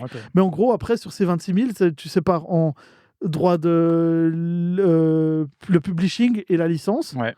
Et puis, il y a un des... Je crois le publishing, on avait 40-60, donc on avait 60. Et 40. Et puis le label 40. Et puis après, la licence, c'était 50-50. L'inverse, je sais plus dans quel sens ça allait, ça fait un moment. Mais en gros, comme quoi, les cuts, ça va vite, quoi. Ça va vite. Et puis après, tu es encore censé les déclarer, impôt dessus, exact. Revenu. Mais tu vois, genre, ça fait que au final, on avait sur les 40 bruts, tu te retrouves pour le band avec genre 12-13 000 balles, tu vois. Et puis, t'es là, on est 3. Donc. T'as acheté quel gear avec les 10% d'Apple? Alors, bonne question. J'ai acheté un Mac. Ils m'ont donné un Mac. Je l'aurais redonné. Non, mais tu vois, c'est cool. Puis, en fait, c'est comme on dit, tu vois, genre, là, si je touche 4 000 balles pour ça, c'est 4 000 balles que j'aurais jamais touché autrement. Et puis, en fait, autant toucher 4 000 que... Quand t'as rien, c'est toujours mieux que rien. Donc, c'est ça. Puis franchement, tu craches pas dans la soupe, quoi, j'ai envie de dire. Non, puis c'est cool, et puis ça fait des lignes dans le CV. À moins que t'en vives à fond, à 2000%. C'est une belle... Si c'est un truc, tu fais vraiment de ton business au quotidien, t'optimises ça, tu vois. Mais quand ça arrive une fois, t'es content que t'aies touché ça, quoi. C'est ça le truc. Faut pas non plus être gourmand. Il y a 2-3 trucs, tu vois. Genre, il y a eu Asus qui nous ont demandé pour un petit truc comme ça. Et puis ça, après, c'est des petits montants, tu vois, mais c'est des... Ça génère 3-4 000 balles, je sais même plus. Mais c'est toujours avec Mutiny? Ouais, aussi. Okay. Et puis ça, dès le moment où tu as eu ça, t'as pas essayé après de diguer d'autres deals dans ce genre-là, de refaire de la synchro et compagnie? En gros, profiter de la vibe tu comptes sur ton publisher pour ça, tu vois. Mais après, c'est pas des plans qui arrivent tous les jours, tu vois. En Suisse, il y a un groupe, là, Yellow, un vieux groupe sur ils ont dû... Et ils ont fait des placements dans plein de pubs, là. Ce morceau-là... tu vois, genre, j'ai regardé l'autre jour... je veux pas dire de conneries, mais c'est dans Rick et Morty. Ce Il y a ce morceau. Mais non, incroyable. Ouais, à un moment donné, t'as Jerry là qui fait du karaoké et c'est sur ce morceau. Puis après, il me semble que j'ai regardé, c'était dans Malcolm aussi. Ouais, mais ils ont fait des placements. Et je pense qu'ils ont une maison qui pousse bien le truc. Mais surtout, ce truc, c'est un classique, tu vois. Donc du coup, c'est cool. Tu vois. Mais c'est ouf. Mais tu vois, après, il y a eu des trucs. Je sais que j'ai un morceau de. T'as déjà fait de la musique sur image, toi? T'as jamais mandaté, genre, on a besoin que tu nous composes pour. J'espère que ça va arriver. Tu kifferais ça? Ouais, ça c'est cool. Avec tous ces gears en plus, tu peux t'amuser. Faire la musique de séries, de machin, etc. Ça peut être vraiment chambé, quoi. Mais je pense maintenant il y a de quoi faire. Hein. Avec le nombre de séries, de machin. C'est clair. Ça a explosé là. Je pense qu'il y a plus de demandes. Bah, en plus, là, typiquement Netflix, là, vu qu'il y a des nouvelles lois pour la Suisse, et je pense qu'il y a des autres pays européens, ils ont leur système à eux aussi, mais on n'est pas loin de la même chose. Ils doivent employer des gens en Suisse. Les trucs de plateforme de streaming, ils ont tellement pris de place de marché, tu vois, entre Amazon, machin et tout, qu'en fait, il y a un pourcentage du revenu fait dans le pays qui doit être investi dans la production locale. C'est obligatoire maintenant. Il y a eu Winter Palace, là. Je crois que ça c'était un truc. Et puis il y en a plein d'autres. Mais du coup, c'est un budget qui va pour une production. Mais la production, c'est pas juste le film, l'image, c'est les costumes, c'est la musique, etc. Et du coup, en fait, il y a aussi plus de boulot au final pour des producteurs en Suisse. Cool. C'est juste que c'est tellement un monde qui a encore pas assez pour la Suisse. Hein. C'est pas encore oufissime que c'est peut-être pas encore. Genre, tu trouves pas comme ça non plus. Mais si tu tombes et que tu te places bien, je pense que tu peux vite trouver.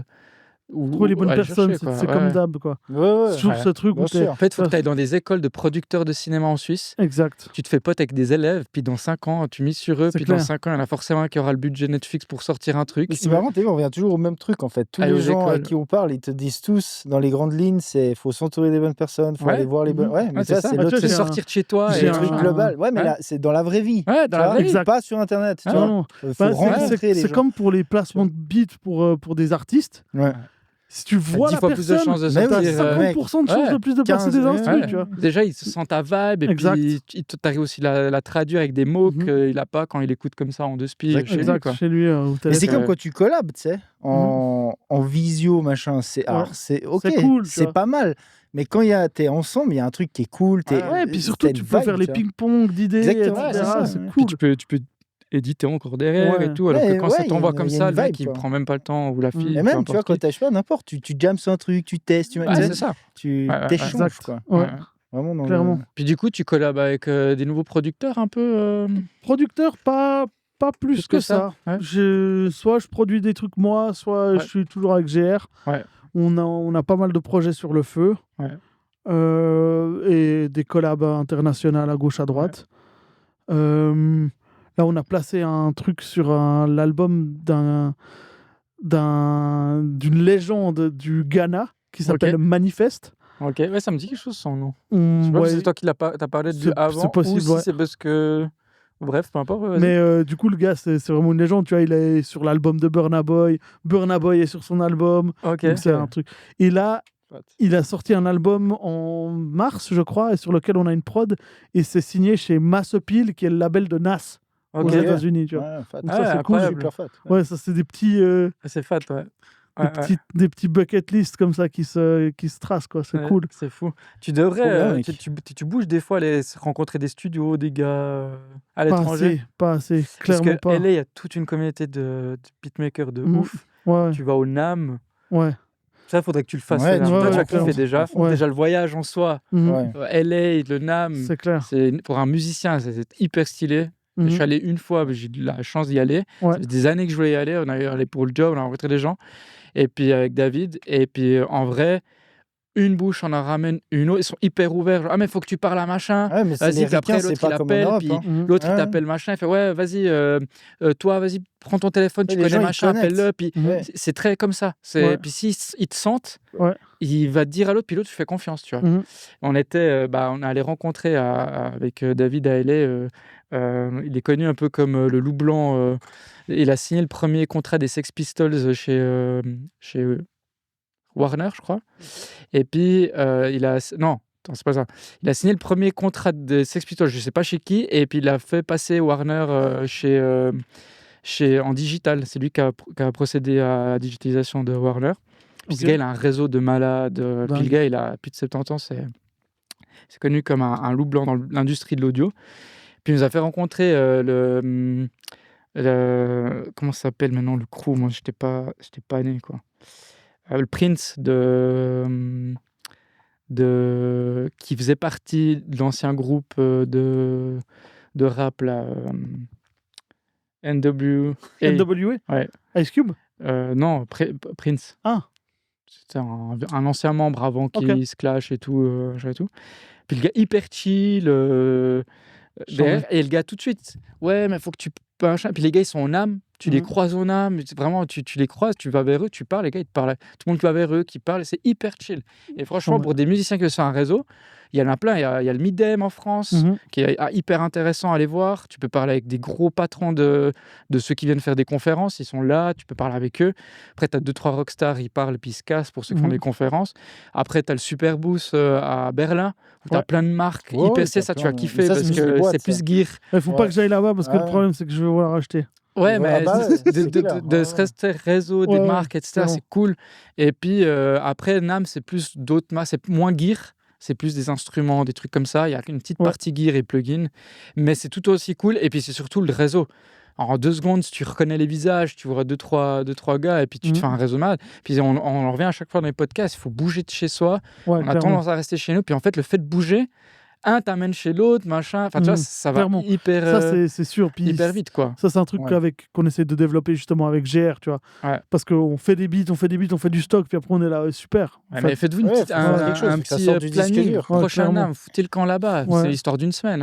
Tu fais un aller-retour. En plus, tu t'y prends à l'avance, les billets, ils sont pas trop chers. Non, c'est clair. Et franchement, c'est une expérience dans LA. Je sais pas si t'es déjà allé, mais jamais. Tu vas kiffer. Tu vas kiffer. Après, c'est à double tranche en LA. Ouais, ça dépend où tu vas. Mais moi, nous, on allait un peu downtown et tout. Franchement, on a surkiffé, quoi. On était à New York, c'est une autre vibe. C'est pas du tout, tu vois. Je préfère New York. Mais ouais, franchement, vive le NAMM, c'est un truc qu'un musicien, surtout un gars qui a autant de gear que toi, tu vas surkiffer. Ah ouais, ça c'est clair. C'est clair. Puis il y en a d'autres, comme ça. Le Midem, je crois que, je sais pas si c'est à Cannes, le Midem. Ouais, c'est à Cannes. Et à chaque fois, ils ont des guests balèzes. Après, il y a d'autres événements, mais c'est un peu plus cher, les entrées. Après, c'est dur de connecter dans ces trucs. Des trucs comme Music Tech. Ouais, il y a tout ce qui est Music Tech, nanana. Puis ils font des petits events, des trucs comme ça. Mais rien que là, il y a des producteurs de malades qui y vont, qui sont invités. Un coup, tu sais pas qui c'est qui se retrouve là-bas. C'est tout con, hein, mais c'est comme ça que, dans l'industrie de l'audio, c'est comme ça que tu te fais du réseau, en fait. Non, c'est clair. Puis le fait de, si t'en connais un, il te connecte avec l'autre. Des fois, d'un coup, t'as un, il fait conférence, je sais pas, c'est le directeur de la distribution de Believe. Tu vas de gros labels quand même, ou d'Universal, ou machin, tu parles, il fait, tiens, je te donne un contact. Mais ça va comme ça. Il te donne un contact, t'envoies. Puis le gars dit, attends, toi, si tu fais ça, vas-y, je t'envoie lui. Puis ça va bouche à oreille, quoi. C'est un monde, au final, ça paraît loin, hyper huge, parce que c'est un marché qui est saturé, la musique aujourd'hui, tout le monde fait de la musique et tout. Mais si tu le fais bien, étonnamment, mais si tu le fais bien, et puis que voilà, on en parlait tout à l'heure, c'est plus de 95% des morceaux qui sortent, c'est misérable niveau qualitatif comme créatif, mais le 5% qui est balayé, et même le 5% c'est huge, quoi, en termes de quantité.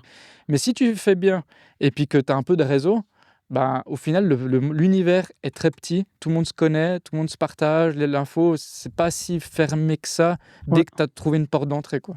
Puis trouver une porte d'entrée, c'est ce genre d'univers, quoi. Ouais, à fond. Tu vois, genre là, on a connecté justement avec un Français il y a pas longtemps avec GR, parce qu'on s'est bougé, parce qu'il jouait dans un festival à Yverdon. Puis on n'avait pas le contact, mais j'ai un pote qui a fait pas mal de bookings, justement. Puis je lui dis, mais en fait, tu connais pas lui? Puis il me dit, je connais son DJ, attends, hop, il contacte le DJ, puis le DJ dit, ah ouais, mais ouais, il faut qu'il passe et tout. Et on est allé, on était backstage avec eux. 1 heure avant son concert, on avait pris une petite box comme ça. On jouait les... Tu partais sur autre chose.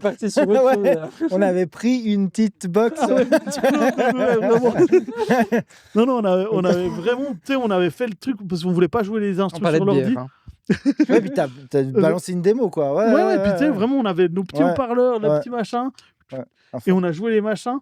Et puis, tu vois, genre, le mec nous a bloqué 15 instrus sur les 30 qu'on a écoutés, tu vois. Ouais, c'est trop bien. Parce que le truc, c'est qu'il y en a peu qui vont faire ça. Tu vois, tous les mecs, ils se disent, ouais, mais c'est bon, tu peux envoyer des DM, des machins. Ouais, mais non, gros, Puis en fait, mais tu rates aussi beaucoup d'opportunités. C'est Comme ça. tu as dit, c'est Évidemment. 50% du job fait quand tu vois la personne en vrai. Puis tu vois, genre, il y a ce truc où tu peux communiquer, puis en fait, tu vois, genre, on discutait avec ce gars, et puis en fait, c'est cool, tu vois. Puis en fait, tu vois que t'es un peu dans la même vibe, que tu vois, le gars, vraiment, il était tellement nice, quoi. Et c'était vraiment cool, tu vois. Puis c'est passé direct, quoi. Et puis en fait, c'est un des gros enseignements de ces derniers mois. C'est genre, en fait, faut se bouger le cul, puis il faut voir les gens en vrai, quoi. Non, mais ça, c'est clair. Nous, on le dit à chaque podcast, on en revient à chaque fois. Mais moi, j'en reviens même à que ça, en vrai. Tu vois, les trucs online, machin, ça me gave. C'est faire un tuto que sur ça. On se voit, on machin. Tuto, on se voit en live. On se voit en live. Tu sors ton cul de la cabine. Mais surtout, il y a ce côté aussi... Tu viens. Tu sais, qui est ce côté vraie vie. Mais oui. J'ai l'impression que ça va devenir de plus en plus important. Parce que tout est tellement digitalisé. Ouais. Tu sais, genre FaceTime, machin, DM, même la musique. En fait, t'es tellement frustré d'être dans ta petite bulle que dès que tu rencontres la personne, t'es content. T'as un échange, t'as une collaboration, t'as de l'émotion que t'as pas à travers des messages ou autre.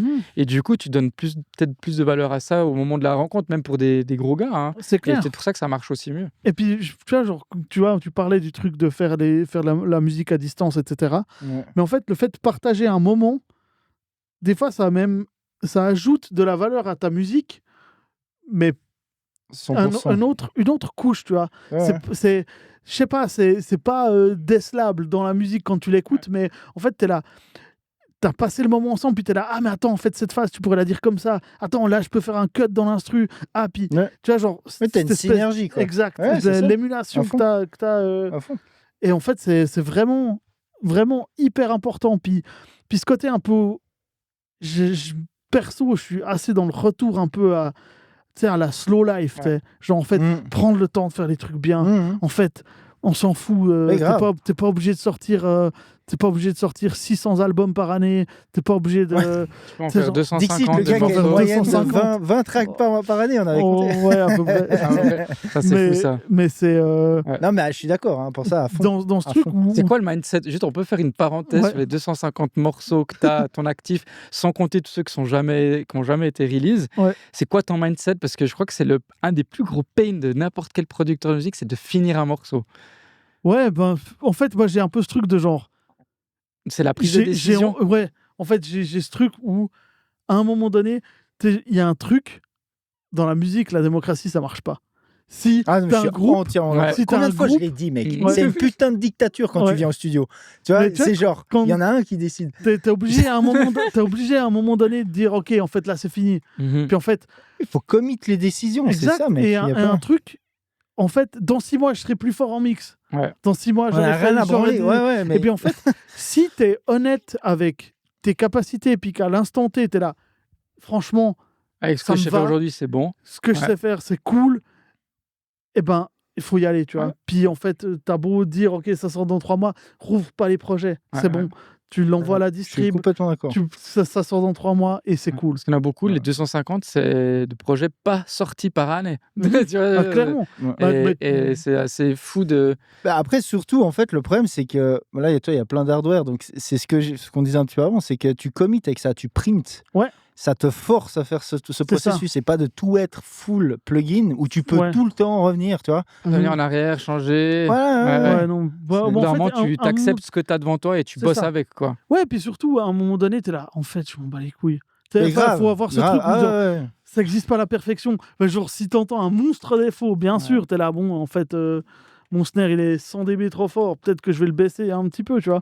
Mais, juste 2 dB. Voilà. Que ce soit juste 98 dB trop fort. mais au-delà de ça, t'es là. Non, si t'as une vibe, si la vibe, elle est là, mec, le reste, franchement... Si t'es honnête avec toi en disant... Je suis satisfait. C'est pas de la flemme. Non, justement, faut pas confondre. Et en fait, j'ai lu un truc qui était très intéressant, c'est que le perfectionnisme...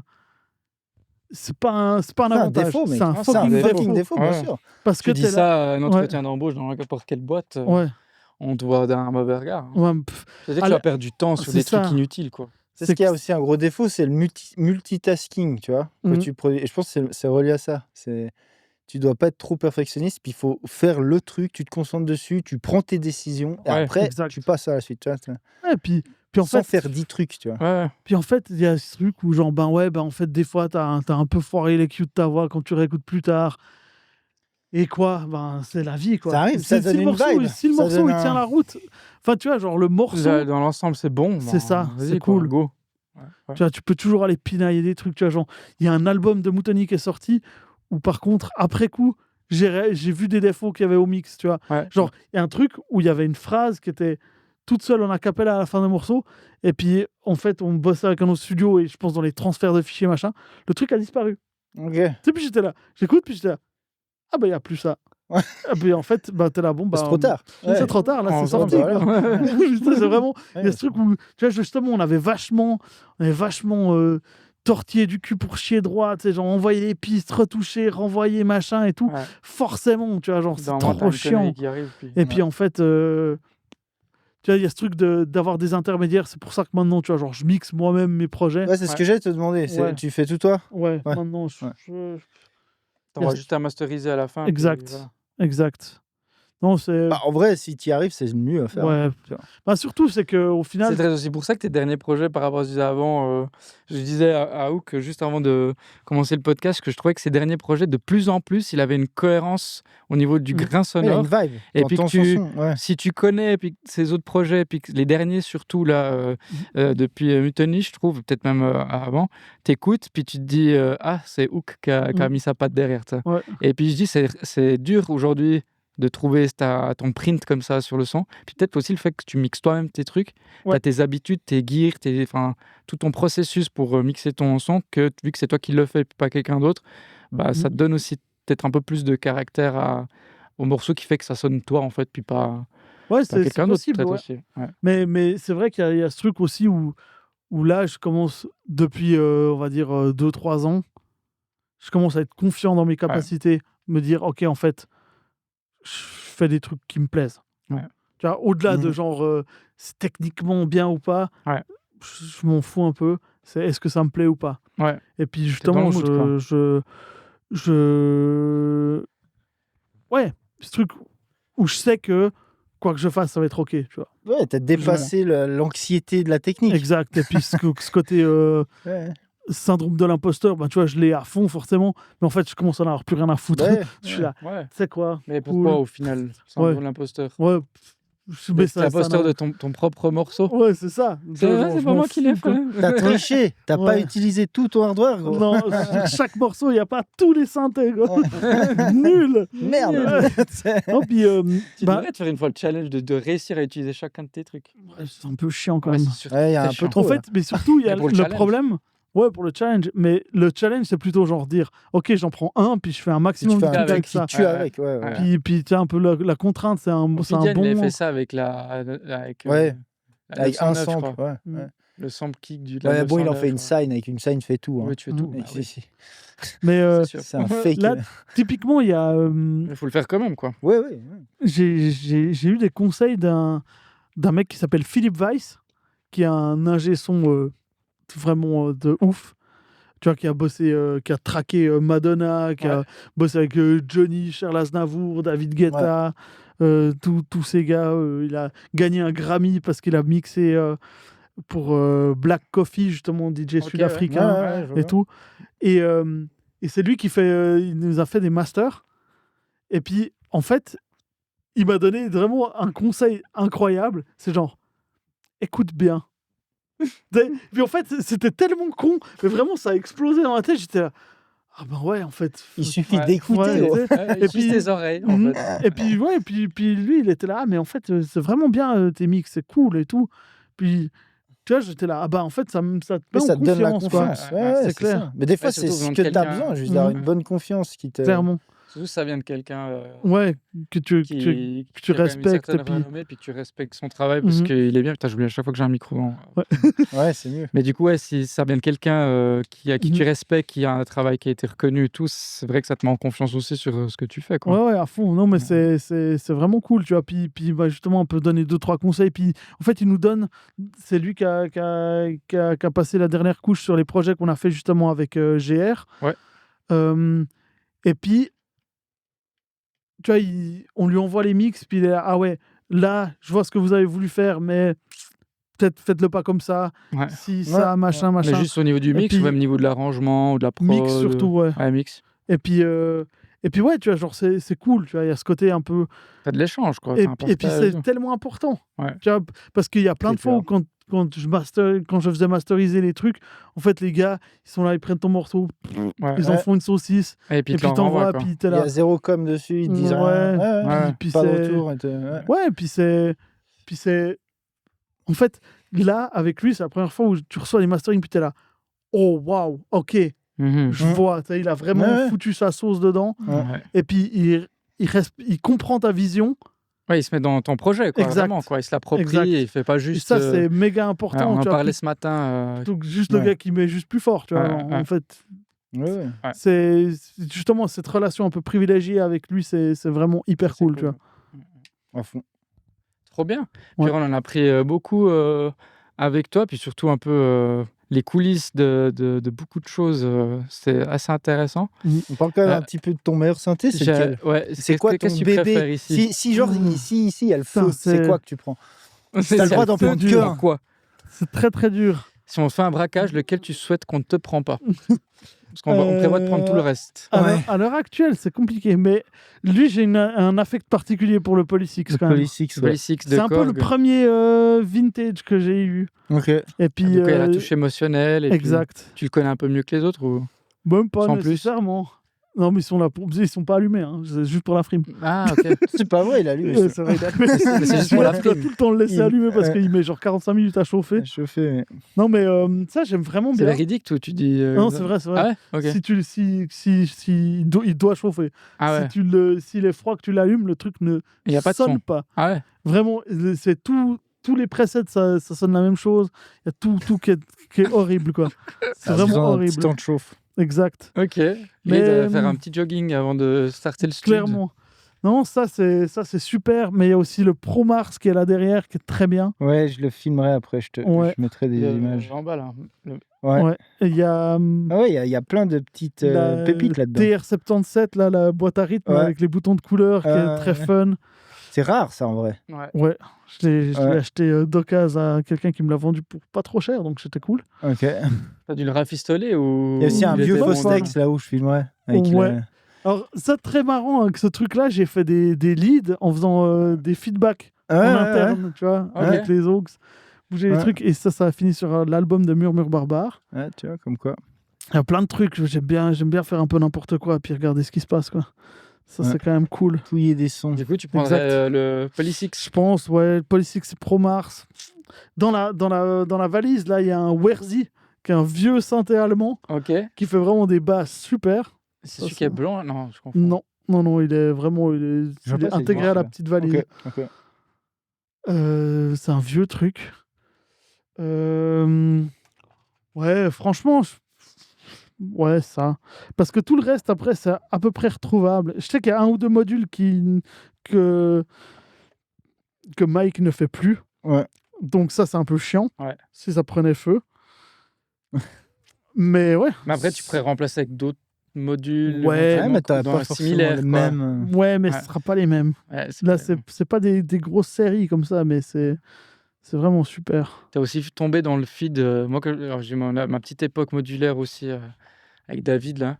Ouais. On finissait dans des groupes Facebook, Telegram de gars qui bricolaient leurs trucs. Sur le dark web.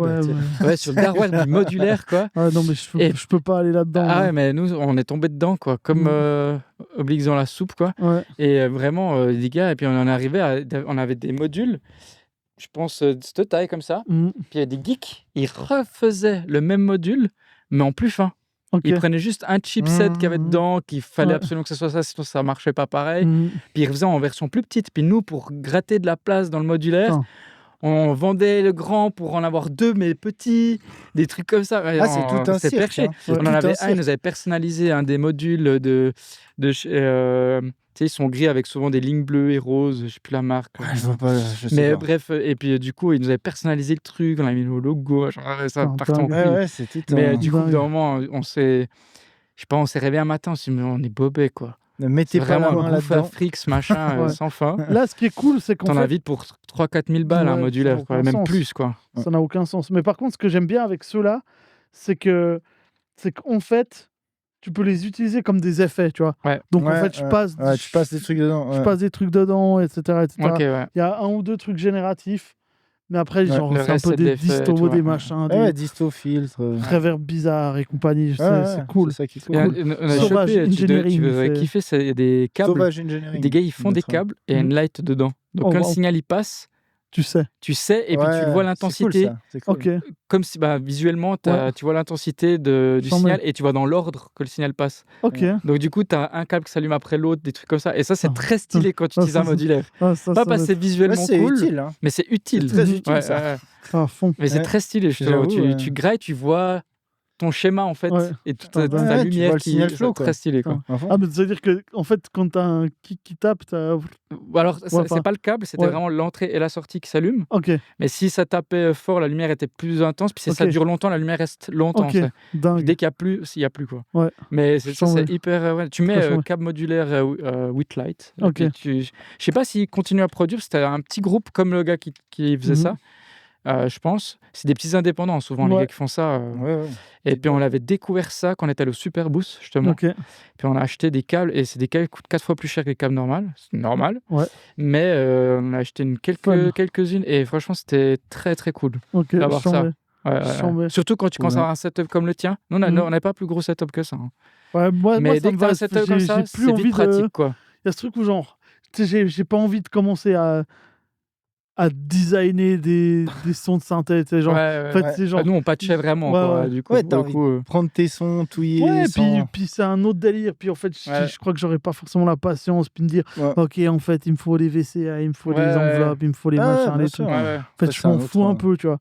Mais j'utilise plus ça comme des trucs pratiques, tu vois. Enfin, des effets, des trucs weird, tu vois, où tu te fais des signaux parallèles, des trucs comme ça, quoi. Incroyable. Trop bien, mec. En tout cas. Puis on fait l'épisode 2 quand vous voulez. Merci. Il y a encore pour beaucoup à raconter. En vrai de vrai, un de ces 4, on relance un épisode avec Rhubarbe là. Avec Rhubarbe aussi. J'ai pas dit Rhubarbe, moi, je suis désolé. En fait, on a fait un podcast avec. Swander. On dit Rhubarbe, Swander. Et déjà, on était trop dyslexiques, on n'arrivait pas à dire son nom d'artiste, on dit Swanders. C'est toujours Swanders. C'est Swanders, Swanders. Non, c'est Swanders. C'est Swanders, d'accord. Bref. Et puis, je sais pas, on a commencé à parler parce qu'il bossait à un moment. Maintenant, il fait plus, mais il vendait des légumes et tout. Puis il a pensé, je vendais des rhubarbe. Il était maraîcher. Incroyable. Il disait, je vendais des rhubarbes et tout, machin, tu vois, comme job à côté. Puis, je sais pas, on a commencé à déconner avec Rhubarbe. Je sais pas pourquoi. Puis depuis, on l'a baptisé Rhubarbe, quoi. Enfin, pour se rappeler de lui. Mais en tout cas, mec, merci pour tout. Avec grand plaisir. Avec grand plaisir. Est-ce que, je sais pas, t'as des trucs que tu veux partager ou est-ce qu'on peut te trouver? Est-ce que c'est un projet qui vient de sortir d'ailleurs. C'est un projet qui vient de sortir, un release qui vient de sortir. Je sais pas quand le podcast sort, mais on peut déjà parler de ce projet-là. Puis il y en a un qui arrive les prochaines semaines aussi. Alors, c'est un EP qui s'appelle Moods, qui est en collab avec l'artiste qui s'appelle Petite Noire. Petite au féminin, noir pas au féminin, qui est un artiste congolais belge que j'ai produit avec justement mon pote GR comme d'hab. 3 titres. C'est risqué pour toi d'appeler un projet Petite Noire. C'est l'artiste s'appelle comme ça, moi j'ai pas choisi. Ah, c'est l'artiste s'appelle comme ça, je crois que c'est le projet qui s'appelait comme ça. Le projet s'appelle Moods. Moods. Non, mais j'ai confondu les deux, je suis fatigué, désolé. Pas de soucis. On vient de s'enchaîner le 3e podcast là. C'est une journée intense aujourd'hui pour nous. Dans les sorties un peu plus récentes, en mars, on a sorti avec un EP avec Steph Capella, qui vient du Kenya. 3 titres aussi. Et l'année passée, on a sorti un 7 titres avec une chanteuse qui s'appelle Karoun, chanteuse incroyable. On peut mettre des extraits. Ouais, bien sûr, tout ce que vous voulez. Je suis pas sûr, on va se faire striker, on va pas pouvoir. Ouais. Ok. Oui. Peut-être, ouais. C'est surtout, on va se faire striker. Bref, on affichera les. Ouais. T'as une playlist avec tous tes morceaux. On va mettre cette playlist. Voilà, très bien. La playlist de Hook, là. Du coup, Karun, chanteuse incroyable qui vient du Kenya. Ouais. Et puis la playlist, quoi. La playlist, là, je pense que t'as les morceaux dessus, de toute façon, sur cette playlist. Mm-hmm. Ouais. Donc, et c'est sinon, une playlist si on veut te contacter, où il y a tous les... genre s'il y a un gars qui veut des... C'est non. Non, il veut... non. Faut passer par mon agent, c'est qui, c'est moi. Instagram, je suis sur Instagram, etc. Okay. C'est le plus simple. Ou un truc Non, ok. Je suis Instagram, j'aime trop pas ta gueule, je te répondrai. Et puis, je suis trop vieux pour avoir autre chose qu'Instagram. T'es pas si vieux que ça, t'as quel âge? 38 ans quand même. C'est vrai? On a exactement le même âge, gros. Enfin, quasi, je suis 37. Ouais. J'ai remarqué, mon premier morceau est sorti en 2003. Le premier morceau qui est vraiment sorti. Trop bien. Ouais, ça fait un petit moment là. Ouais, j'avais 16 ans. Ouais. C'est beau. Exact. Ça va vite là le temps. Ça va très vite. Ouais. Yes. Mais en tout cas, merci pour la conversation, c'était super. C'est cool, merci à toi de nous avoir accueillis chez toi, dans ton univers. Et puis, ça fait plaisir de voir que ça a bien évolué depuis la fois que je t'ai passé. Et puis, à la prochaine. On fait un podcast 2. On te redit quand vous voulez. Quand tu as un autre projet conséquent que tu sors, tu nous dis. Et ça roule. Avec grand plaisir. Cool. Allez, bonne soirée.